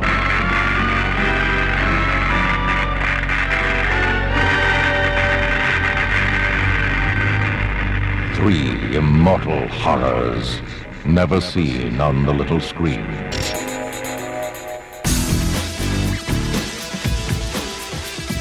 Hey comic book fans, I'm Joe Stuber, producer and host of Comic Book Central, where each and every week I welcome a legendary talent to the Comic Book Central lair to talk about bringing comic books to life. Greetings, true believers. This is Stan Lee. When do you think the Academy is going to wise up and create a special Oscar category for Best Cameo? I don't know. They're just asleep on their feet. Maybe your show, maybe this interview will be the turning point. Hi, this is Jamie Alexander, the Asgardian warrior Sif from Thor. I went to Marvel. They said, hey, sit down, we want to talk to you about this part. So what happened was I had a knife in my purse. I set the purse on the chair and it fell off, and the knife fell out. And then they were like, oh, God, you really are Lady Sif. Ladies and gentlemen, I give you the one, the only, William Shatner. there's all these rumors out there that you're going to be in the next Star Trek film. Would I like to be in it? You know, I don't want to be a gratuitous character. Like scrubbing the windows on the Enterprise or something? There's a guy on the wing. Chris Pine! There's a guy on the wing. Chris Pine says there's a guy on the wing. Catch the very latest episodes at the website, comicbookcentral.net. Subscribe to the show on iTunes, like it on Facebook, follow it on Twitter, and be sure to join me each and every week for Comic Book Central. This is John Rhys Davis. Hi, everyone. This is Summer Glau. Hi, this is Trisha Helfer, number 6 from Battlestar Galactica. Hey, this is Dean Cain, Superman from Lois and Clark, and you're listening to Comic Book Central, where comic books come to life. Excelsior.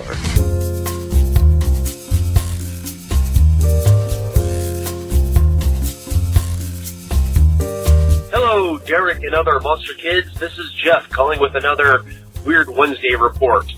The most recent Weird Wednesday at the Joy Cinema in Tigard was Dracula in Pakistan. And this was a surprisingly good movie. It was black and white, and it was in, I don't actually know what the language Pakistani is. I'm going to say Pakistani and hope I'm right, with English subtitles. And, wow, it was really good. It starts off with the origin of the vampire in the movie, and it's a scientific origin. It's a scientist seeking eternal life. So, there's no religious aspects to this vampirism. There's no supernatural aspects. It's purely a scientific thing. But otherwise, it follows Bram Stoker's story fairly well. It's a lot of close parallels. You can look at each character and say, okay, this is supposed to be John Harker, this is supposed to be Dr. Van Helsing, even though they have Pakistani names. The acting was mostly really good, the exception being the actor who played the equivalent of Jonathan Harker. Handsome enough guy, but boy, his acting was about as good as a 2x4. The one thing I really have to mark the movie down for is the soundtrack. It was not good. Now, my thinking is maybe Pakistani music sensibilities, especially back then, are different than ours. The music cues, for the most part, were just wrong for the action on the screen. But that's my, 2018 Westerner way of looking at it. Maybe they have something different. But anyway, really good movie, in my opinion. So, if you're a vampire fan and you haven't seen it, you might want to track this one down. Have a great day, everyone. Bye-bye.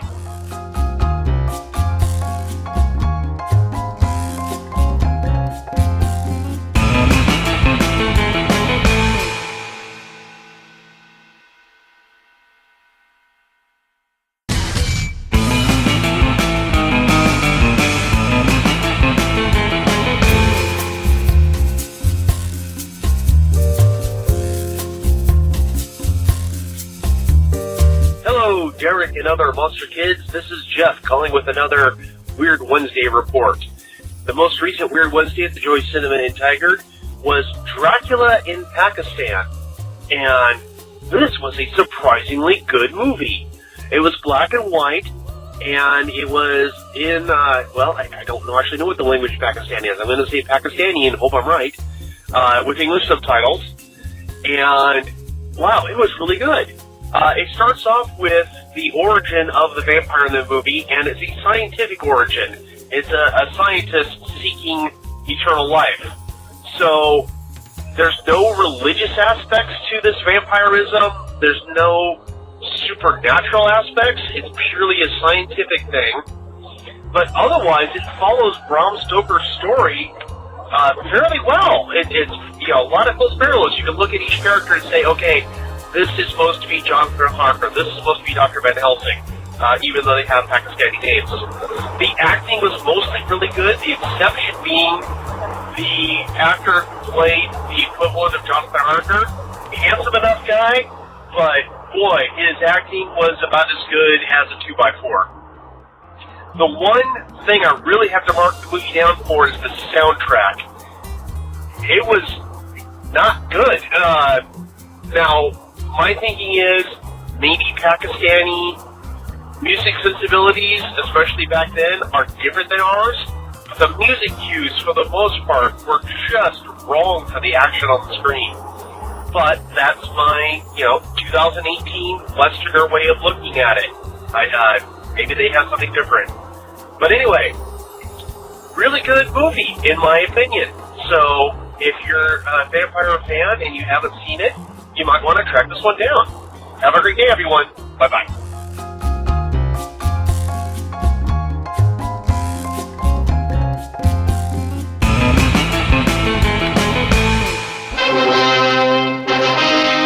Egypt, 4,000 years ago.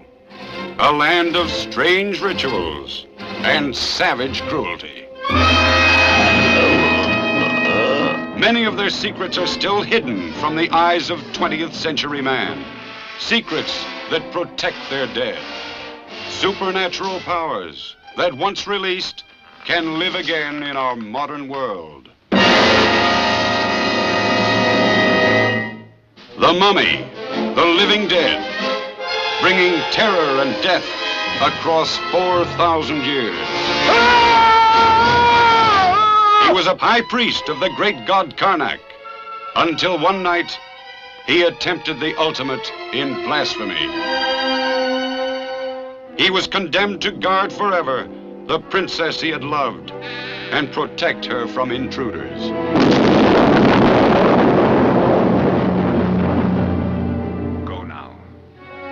Go and destroy those who desecrated the tomb of our princess. He who robs the graves of Egypt dies.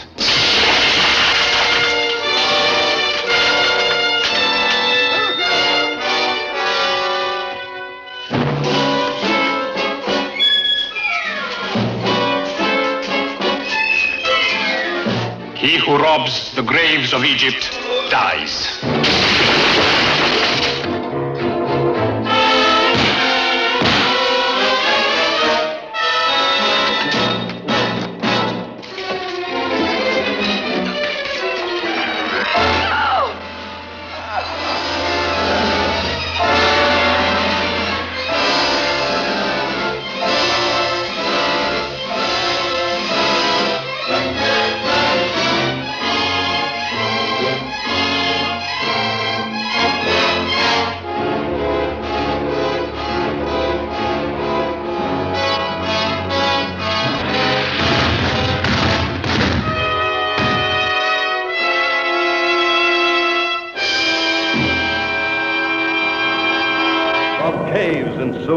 Come the slime people, the kill, kill, kill. There is no escape from the slime people. The slime people.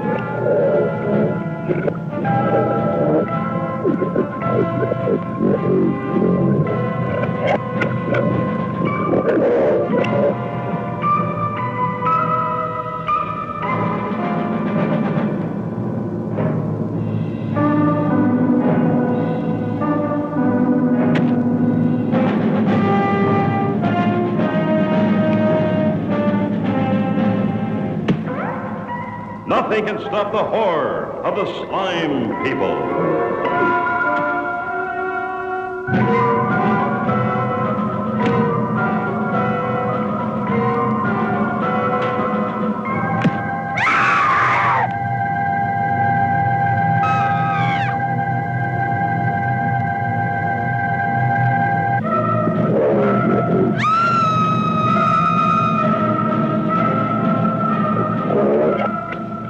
Adventure in terror. Live through the wild bloodbath of the slime people.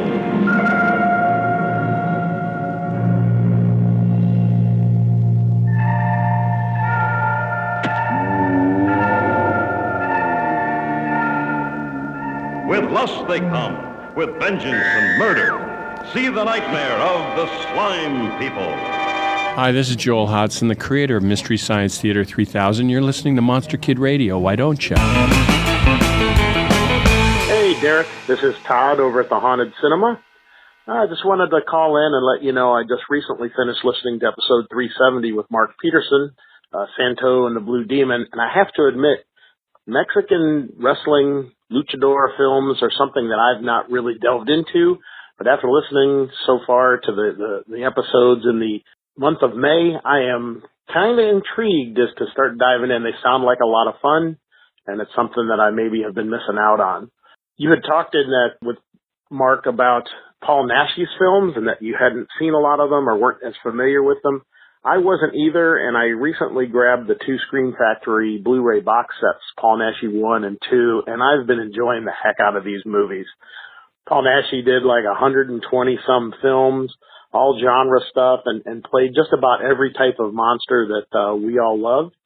A couple of my favorites so far I've watched on that is Horror Rises from the Tomb and Night of the Werewolf, where he plays the recurring role of Waldemar Daninsky. I'm probably butchering that. And he's kind of the Larry Talbot of, Lawrence Talbot of these films, and he goes quite a ways through, and it's a really cool, believable character. The movies are just pure fun. The other film I bought, and this was independent, was Inquisition. A great witch kind of movie, and has some really cool scenes of the witch's black mass and weird kind of dream logic scenes that I really recommend everybody check out. Rob Barnett of the Naschy cast also did the commentary on Inquisition. Great stuff. Keep up the good work. Really enjoying the shows, and I'm going to start diving into some of these Mexican films, these Mexican luchador films, because they sound like a blast. Other than that, have a great week, and I'll see you at the Monster Bash. Bye. That was Todd from the Haunted Cinema. I'll make sure there's a link in the show notes, of course. We talked about Todd.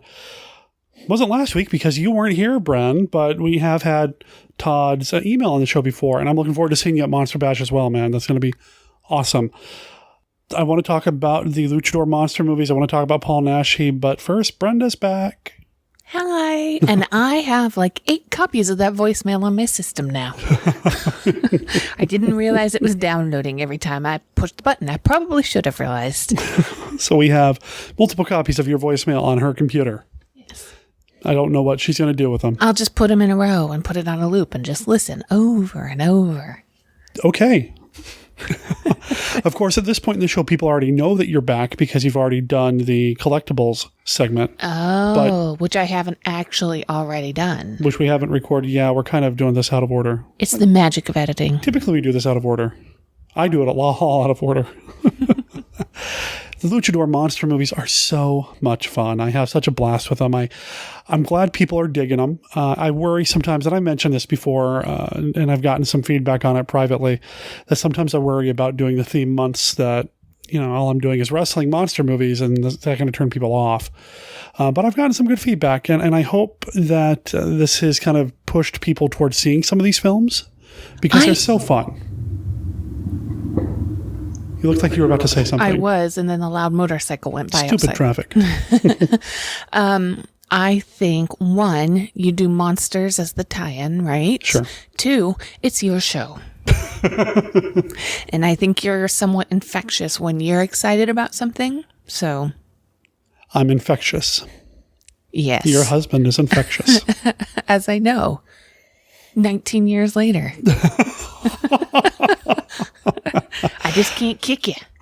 One more thing about the Luchador monster movies. I received some comments on Facebook, people wondering where they can see these films. They're not always the easiest to track down. How do you find them? So for better or worse, a lot of them do turn up on YouTube. I cannot vouch for the copyright status of those on YouTube, but sometimes that's the only place you're going to see some of these things, unfortunately. Some of them are available online. You can go to Amazon and find some of these DVDs and such. You can also find a lot of them in the secondary market. Unfortunately, the secondary market sometimes can be pretty pricey. Steve Sullivan has been on the show before. He got his hands on the double feature that has Champions of Justice in it, which is great. And he got it pretty cheap. It's out of print. Unfortunately, it's super expensive. I don't know where he found a cheap used copy, but good on him. Yeah. But yeah, a lot of times you have to go online. Could I suggest that you add the ones that are available on Amazon to your Amazon list so people could find it easily? Yeah, so look in the show notes, and I will try to put whatever links are available, whatever is available out there. I'll try to put links to them. I know that I've gotten my hands on some over the years that do not have a subtitled or dubbed track. So I have like 2 Mil Mascaras films here in Spanish. I have no idea what they're saying. I mean, they're fun to watch, but no clue. Anyway, Paul Naschy movies. We keep going back to Paul Naschy here on the show. We keep talking about Paul Naschy and how I don't have a lot of experience with Paul Naschy. I think we mentioned this a couple weeks back, and people who follow me on Facebook know that I have been going through a lot of our, we've been going through a lot of our stuff, right? We've been kind of downsizing, cleaning, organizing, and part of that. Thank goodness. What's that? Thank goodness. Oh, yeah. Part of that has been revamping my movie collection, going through, seeing what I have, seeing what I have copies of, doubles of, things like that. And I actually have 2 Paul Naschy Blu-rays here that I haven't watched. I have Vengeance of the Vampires, and I think I've got that werewolf movie that he was talking about. Oh. I don't know how I ended up with that Blu-ray with both of them, but I have them. I have seen Horror Rises from the Tomb. I like that one a lot. I've had a chance to introduce that movie a couple of times at local theaters over the years here. This one is really, really good.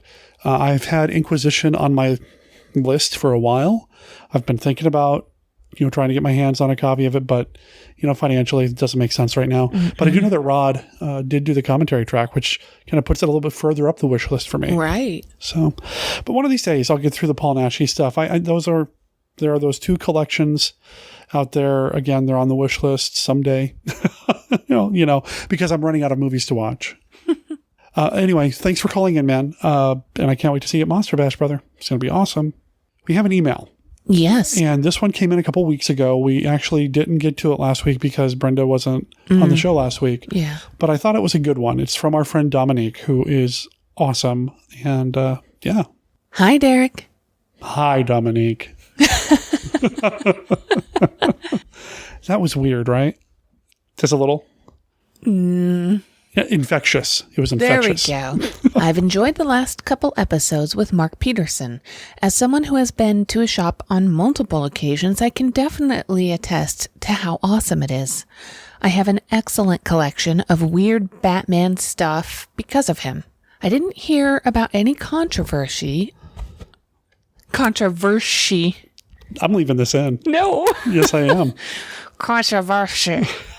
I didn't hear about any controversy about the Rondos, but given your discussion about it with Brenda during the last episode, I felt like I wanted to give an unpopular opinion about this subject. I'm not really a monster kid. Not really in the commonly accepted sense.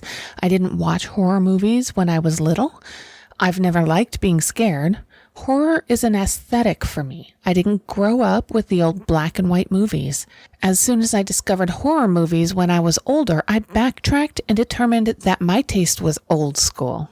And I think that might be a semantic point that crystallizes the heart of the discussion. I can pass for a monster kid with no question, but in my head, I'm not because I didn't grow up with it.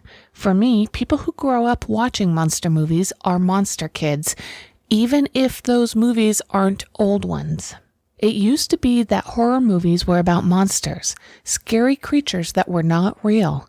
More and more modern horror movies are not about monsters. They're about crazy people doing crazy things, usually involving masks and knives. Don't forget the chainsaws.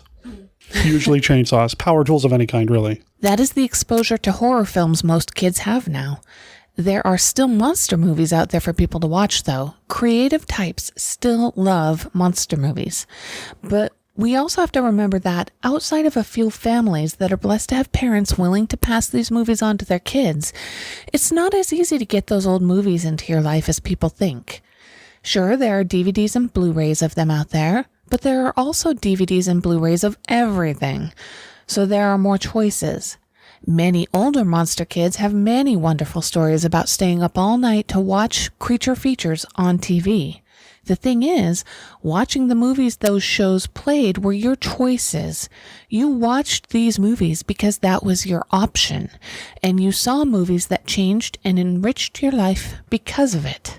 Nowadays, kids have all the choices in the world. They can choose any horror movie at all. And if they don't have a parent to point to James Whale's Frankenstein and say, hey, that's a really good one, check it out, they simply won't know and will choose whatever Roger Corman produced monstrosity sci-fi. Whatever it is he says. Sci-fi made this month. I'll be honest. I know Frankenstein is good, but if I'm 10 years old, I'm choosing Mega Dino Sharktopus in a tornado. Don't forget the tornado. But does that really matter if the kid watches the movie, loves it, and goes out to find more like it, taking the long route to Todd Browning's Dracula? Generations change. As Derek mentioned, many people now consider the post-Night of the Living Dead period the classic age of horror. I disagree with that assessment, but they're not wrong.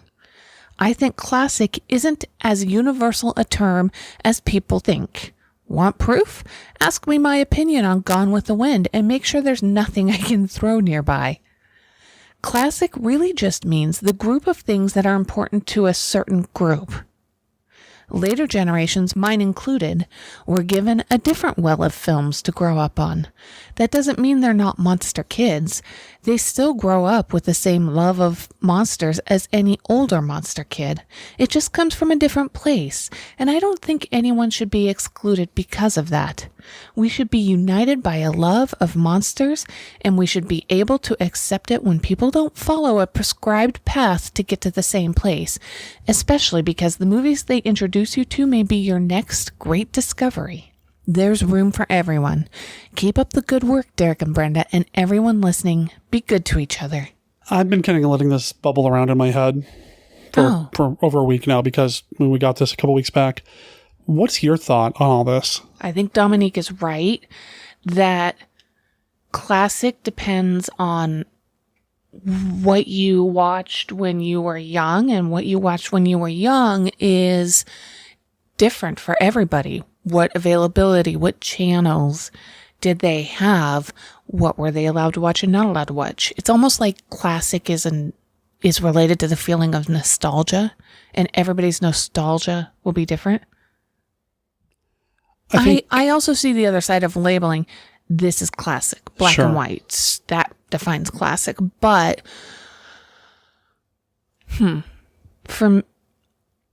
if it's classic related to an individual person, then that's going to be different for everybody.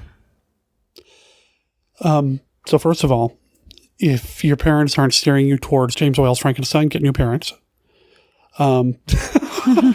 No, seriously though, I think when it comes down to it, classic, good, cheesy, bad, so bad it's good, all these labels have a very flexible definition, depending on the context. I remember years ago, near the beginning of the show, I did an episode over at Tom Beagler's place, and he had pitched that we do this topic about, cheesy movies.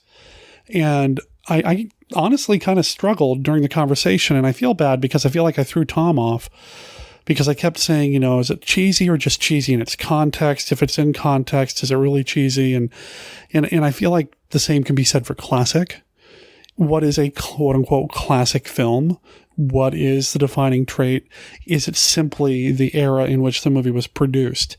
And I wonder if maybe this is something that actually started happening around the 70s and 80s when suddenly media was starting to become available to watch at home or consume or collect.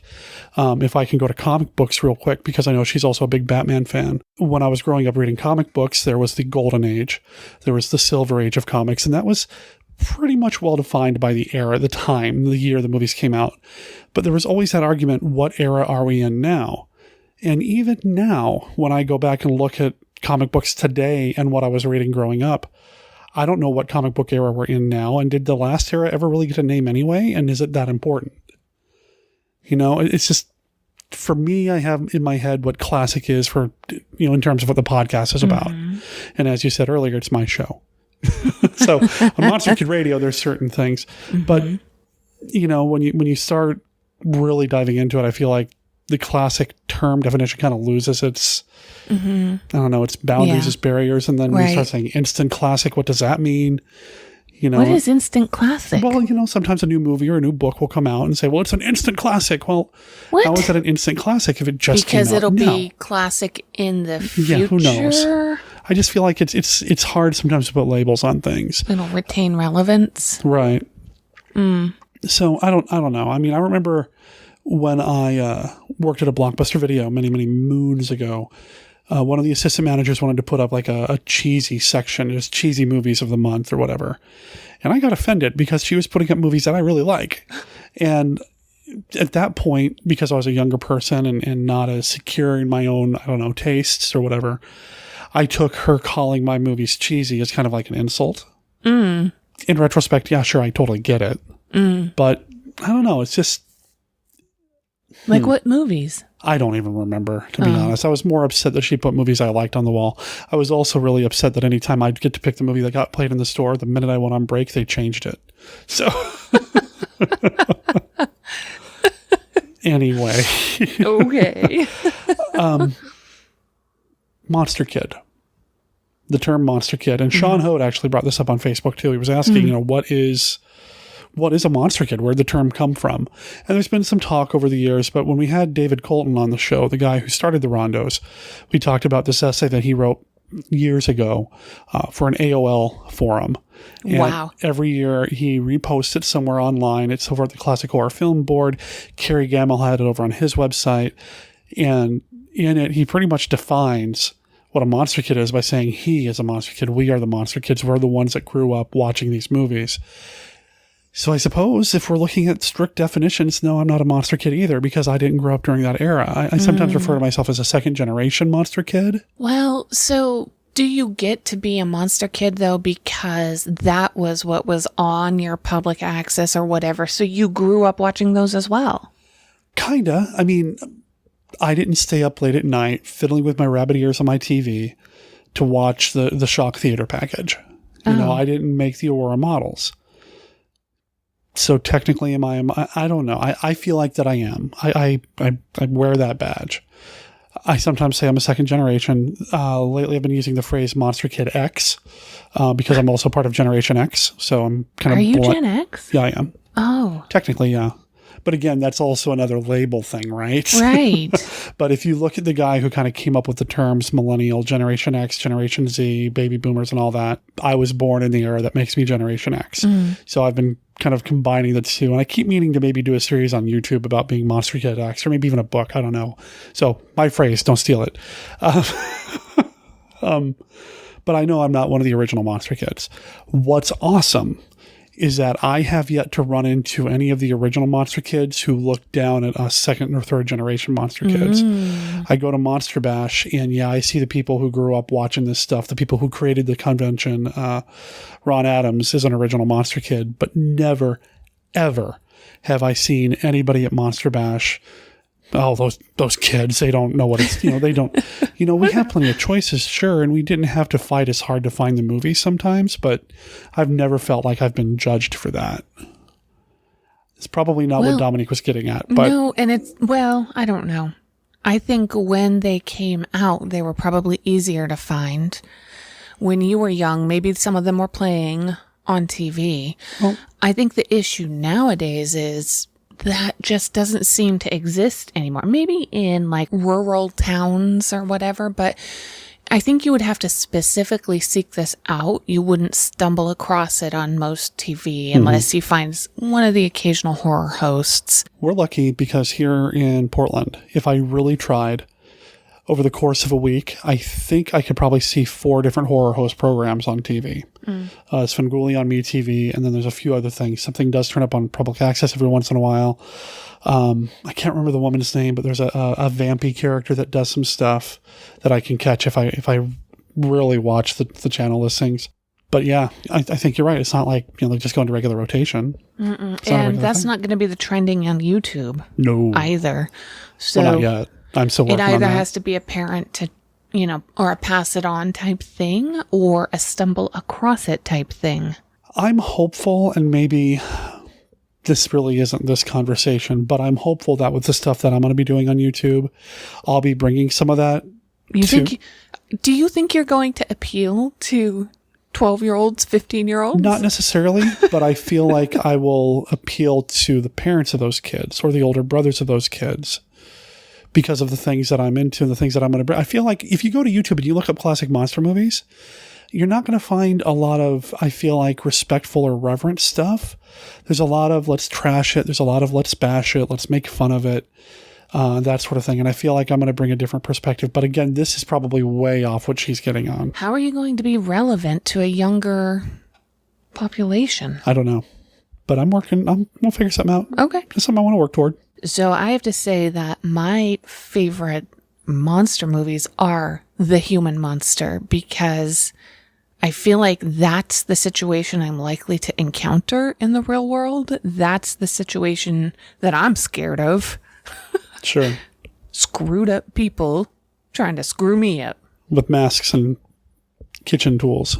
No, I prefer the ones where they're like psychologically. Yeah.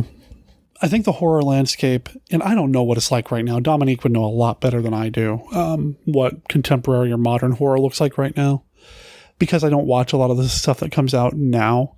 And even, to go back to like the zombie stuff or the post-apocalyptic stuff, I just don't have a lot of interest in watching it. We missed a movie because I didn't push hard enough to accommodate you wanting to see The Quiet Place, which is supposed to be amazing. But yes, I really wanted to see that. Yeah, I'm a terrible husband and didn't get you to go see it. I didn't take you. Well, 19 years, huh? I didn't push because all the times we could have gone, I was either not feeling well or you were very busy. Right. I don't know. I mean, I totally understand David Colton's point of view now, that it doesn't have to necessarily be a movie from the 50s to be eligible or relevant for the Rondo Awards. I really came around to it over the years. At first, so I could see the backlash. I'm like, no, you can't, And really, if you want to look at the Rondos, there are more there are worse things. You can find controversies with other things out there. I mean, the Rondo's pretty above board about almost everything, so I don't think you got anything. Yeah. Anyway, I don't know where to go from there. We're going to wrap it up. Okay. We don't have anything else, right? That's true. That's pretty much it for feedback. Thanks for being part of the show again, and thanks for pushing through to be on it this time around. It's been difficult the past few weeks as we get ready for me to go to Monster Bash, and we just try to get our life in order for some potential changes coming up. I've got some health things that will happen probably after Monster Bash.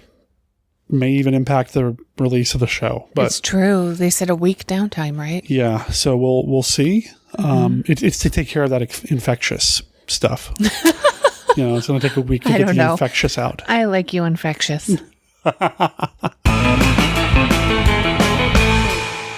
That brings us to the end of this episode of Monster Kid Radio, as well as the end of Lucha DeMaio 2018.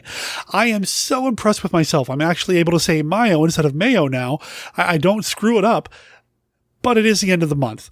I'm sure that by the time Lucha DeMaio comes around next year, I'll start saying Mayo again and catch a little grief for it. Anyway, Lucha DeMaio has been a blast for me. I've had so much fun talking with old friends and new, talking about these luchador monster movies. Brenda had a really good idea. So if you head over to the show notes over at monsterkidradio.net, look at the show description, you're going to see that I've put in some links that'll take you to Amazon where you can buy some of the movies that we've talked about here during Lucha DeMaio.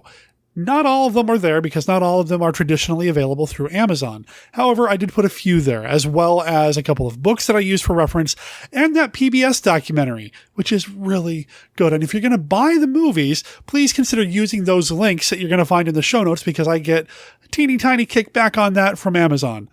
Also at our website, you're going to find all of our contact information, like our email address, it's monsterkidradio@gmail.com, and our voicemail line, which is at 503-479-5657. That's 503-479-5MKR. Everything you need to know about Monster Kid Radio is right there. There's a link to our TeePublic shop if you want to buy a Monster Kid Radio t-shirt. You can do that. If you want to buy an I Break for Monsters bumper sticker, you can do that by following the link over there in the show notes. It's just everything you need to know about the show. It's all right there, including links to our Facebook page and our Facebook group. Please consider liking the page and joining the group. And if you're a fellow podcaster, you can also click on where it says promos and download all the promos that you want from Monster Kid Radio to drop into rotation over on your show. And if you're going to do that, let me know so I can return the favor. What's coming up next week? Well, we're getting out of Lucha DeMaio. We need to get back to some of the other monster movies, alien movies, sci-fi movies that we like here on Monster Kid Radio. And we're going to do that by visiting Japan. We're going to go to Toho, but we're not talking about a kaiju film, although I guess technically there is a kaiju in it. I'm talking about 1957's The Mysterians. The Mysterians! The Mysterians! The Mysterians! You are now inside a flying saucer. Our destination, the planet Earth. We are the Mysterians. Our race is old, dying, our planet dead. Only you of Earth, you and your women, can give us life. And what we want, we take. The Mysterians! The greatest science fiction picture man's imagination ever conceived. The Mysterians! Swooping down from outer space. Flowing up from the lower depths. The Mysterians! Creatures who knew the uttermost secrets of the atom before our planet was born. Love-hungry spacemen come to seize our women that their dying race may live. It started in the east. Soon it swept the west. The all-out horror of interplanetary war. See giant robots no earthly weapon can destroy rip a path of destruction across the land. See the forces of nature harnessed to the invader's will, wipe entire cities from the face of the world. See the earth itself crumble beneath your feet. The Mysterians, threatening our civilization with weapons beyond the belief of modern science. Flying ray guns that blast everything before them. An impregnable fortress that hides in the earth. Gamma rays that melt the heaviest armament. As men and machines disintegrate before you, what power can stop their ruthless advance? See the blazing holocaust of an earth gone mad. See on the giant screen in flaming color. Yeah, there is a kaiju thing in it, a mech, I guess. Is it a kaiju? Is it a mech? I don't remember. I actually recorded this episode with Byron Craft over a month ago, and I've been sitting on it, and I can't wait to share it with you guys and gals because it was a lot of fun. Byron is an author that I met through the H.P. Lovecraft Film Festival and through Sean Hode because he and Sean are friends. Sean introduced me. Byron is a really cool guy and has some really cool books under his belt. Check out his work on Amazon. And, speaking of Amazon, I'm going to go back to those buttons, those links that I have in the show notes. If you don't own The Mysterians yet and you want to watch it before next week's episode, you can buy it through the website. And again, we get that little kickback, like 5 cents, maybe enough to buy a cup of kaiju coffee. Has anybody ever made kaiju coffee? There needs to be kaiju coffee. Anyway, that's what's coming up next week. It's going to be a blast. I hope to have you back here in 7 days. And tell you what, I'll do everything within my power to make sure it actually comes out on time next week. However, while I was editing this episode of the show, Brenda and I got some news regarding some extended family that I don't want to get into it too much right now because we don't know a lot of details, but just so you guys and gals know, there are some things coming up before Monster Bash that could impact the release schedule. Hopefully not too much, but I'll keep everybody posted at least through Facebook. I'll try to remember to do it on Twitter as well. Maybe even on YouTube. Oh yeah, we have that YouTube channel. I've mentioned it a couple of times. Look up Monster Kid Radio on YouTube. Please consider subscribing to the YouTube channel. And if you stay tuned over there, probably early next week, I'll be posting a new video where I talk about some of my favorite movies in very specific genres. It was inspired by a meme that was making its way around Facebook a few months ago. Name your favorite vampire movie, zombie movie, and so on. Well, I did that, but I did it on YouTube. So that'll be next week as well. Just all sorts of Monster Kid Radio content for you to enjoy. While you're enjoying it all, remember, though, that Monster Kid Radio is a registered service mark of Monster Kid Radio, LLC. All original content of Monster Kid Radio by Monster Kid Radio, LLC is licensed under a Creative Commons Attribution, Non-Commercial, No Derivatives 3.0 unported license. Of course, that doesn't apply to the song Breakout. That belongs to the band The Apaches. They're based out of Phoenix, Arizona, or you can find them at theapaches.bandcamp.com and check out their album, The Apaches Take Off. Man, I love their cover art. Their album art is really cool. I love the colors and I love the art style. It's almost as cool as the music. This album that it comes from, 11 tracks, $10. It's a heck of a deal and a heck of a steal. And if you go to their website at theapachesband.com, you're going to see that they've got some upcoming events in Arizona. June 19th, they're playing with the Von Howlers in Scottsdale. On June 24th, they're playing in Phoenix. They've got an album release party in July, and in August, they're playing with Surfer Joe and the Surfside 4 in Phoenix. Check them out and let them know that you heard about them here on Monster Kid Radio. My name is Derek M. Cook. Talk to you next week. Ciao.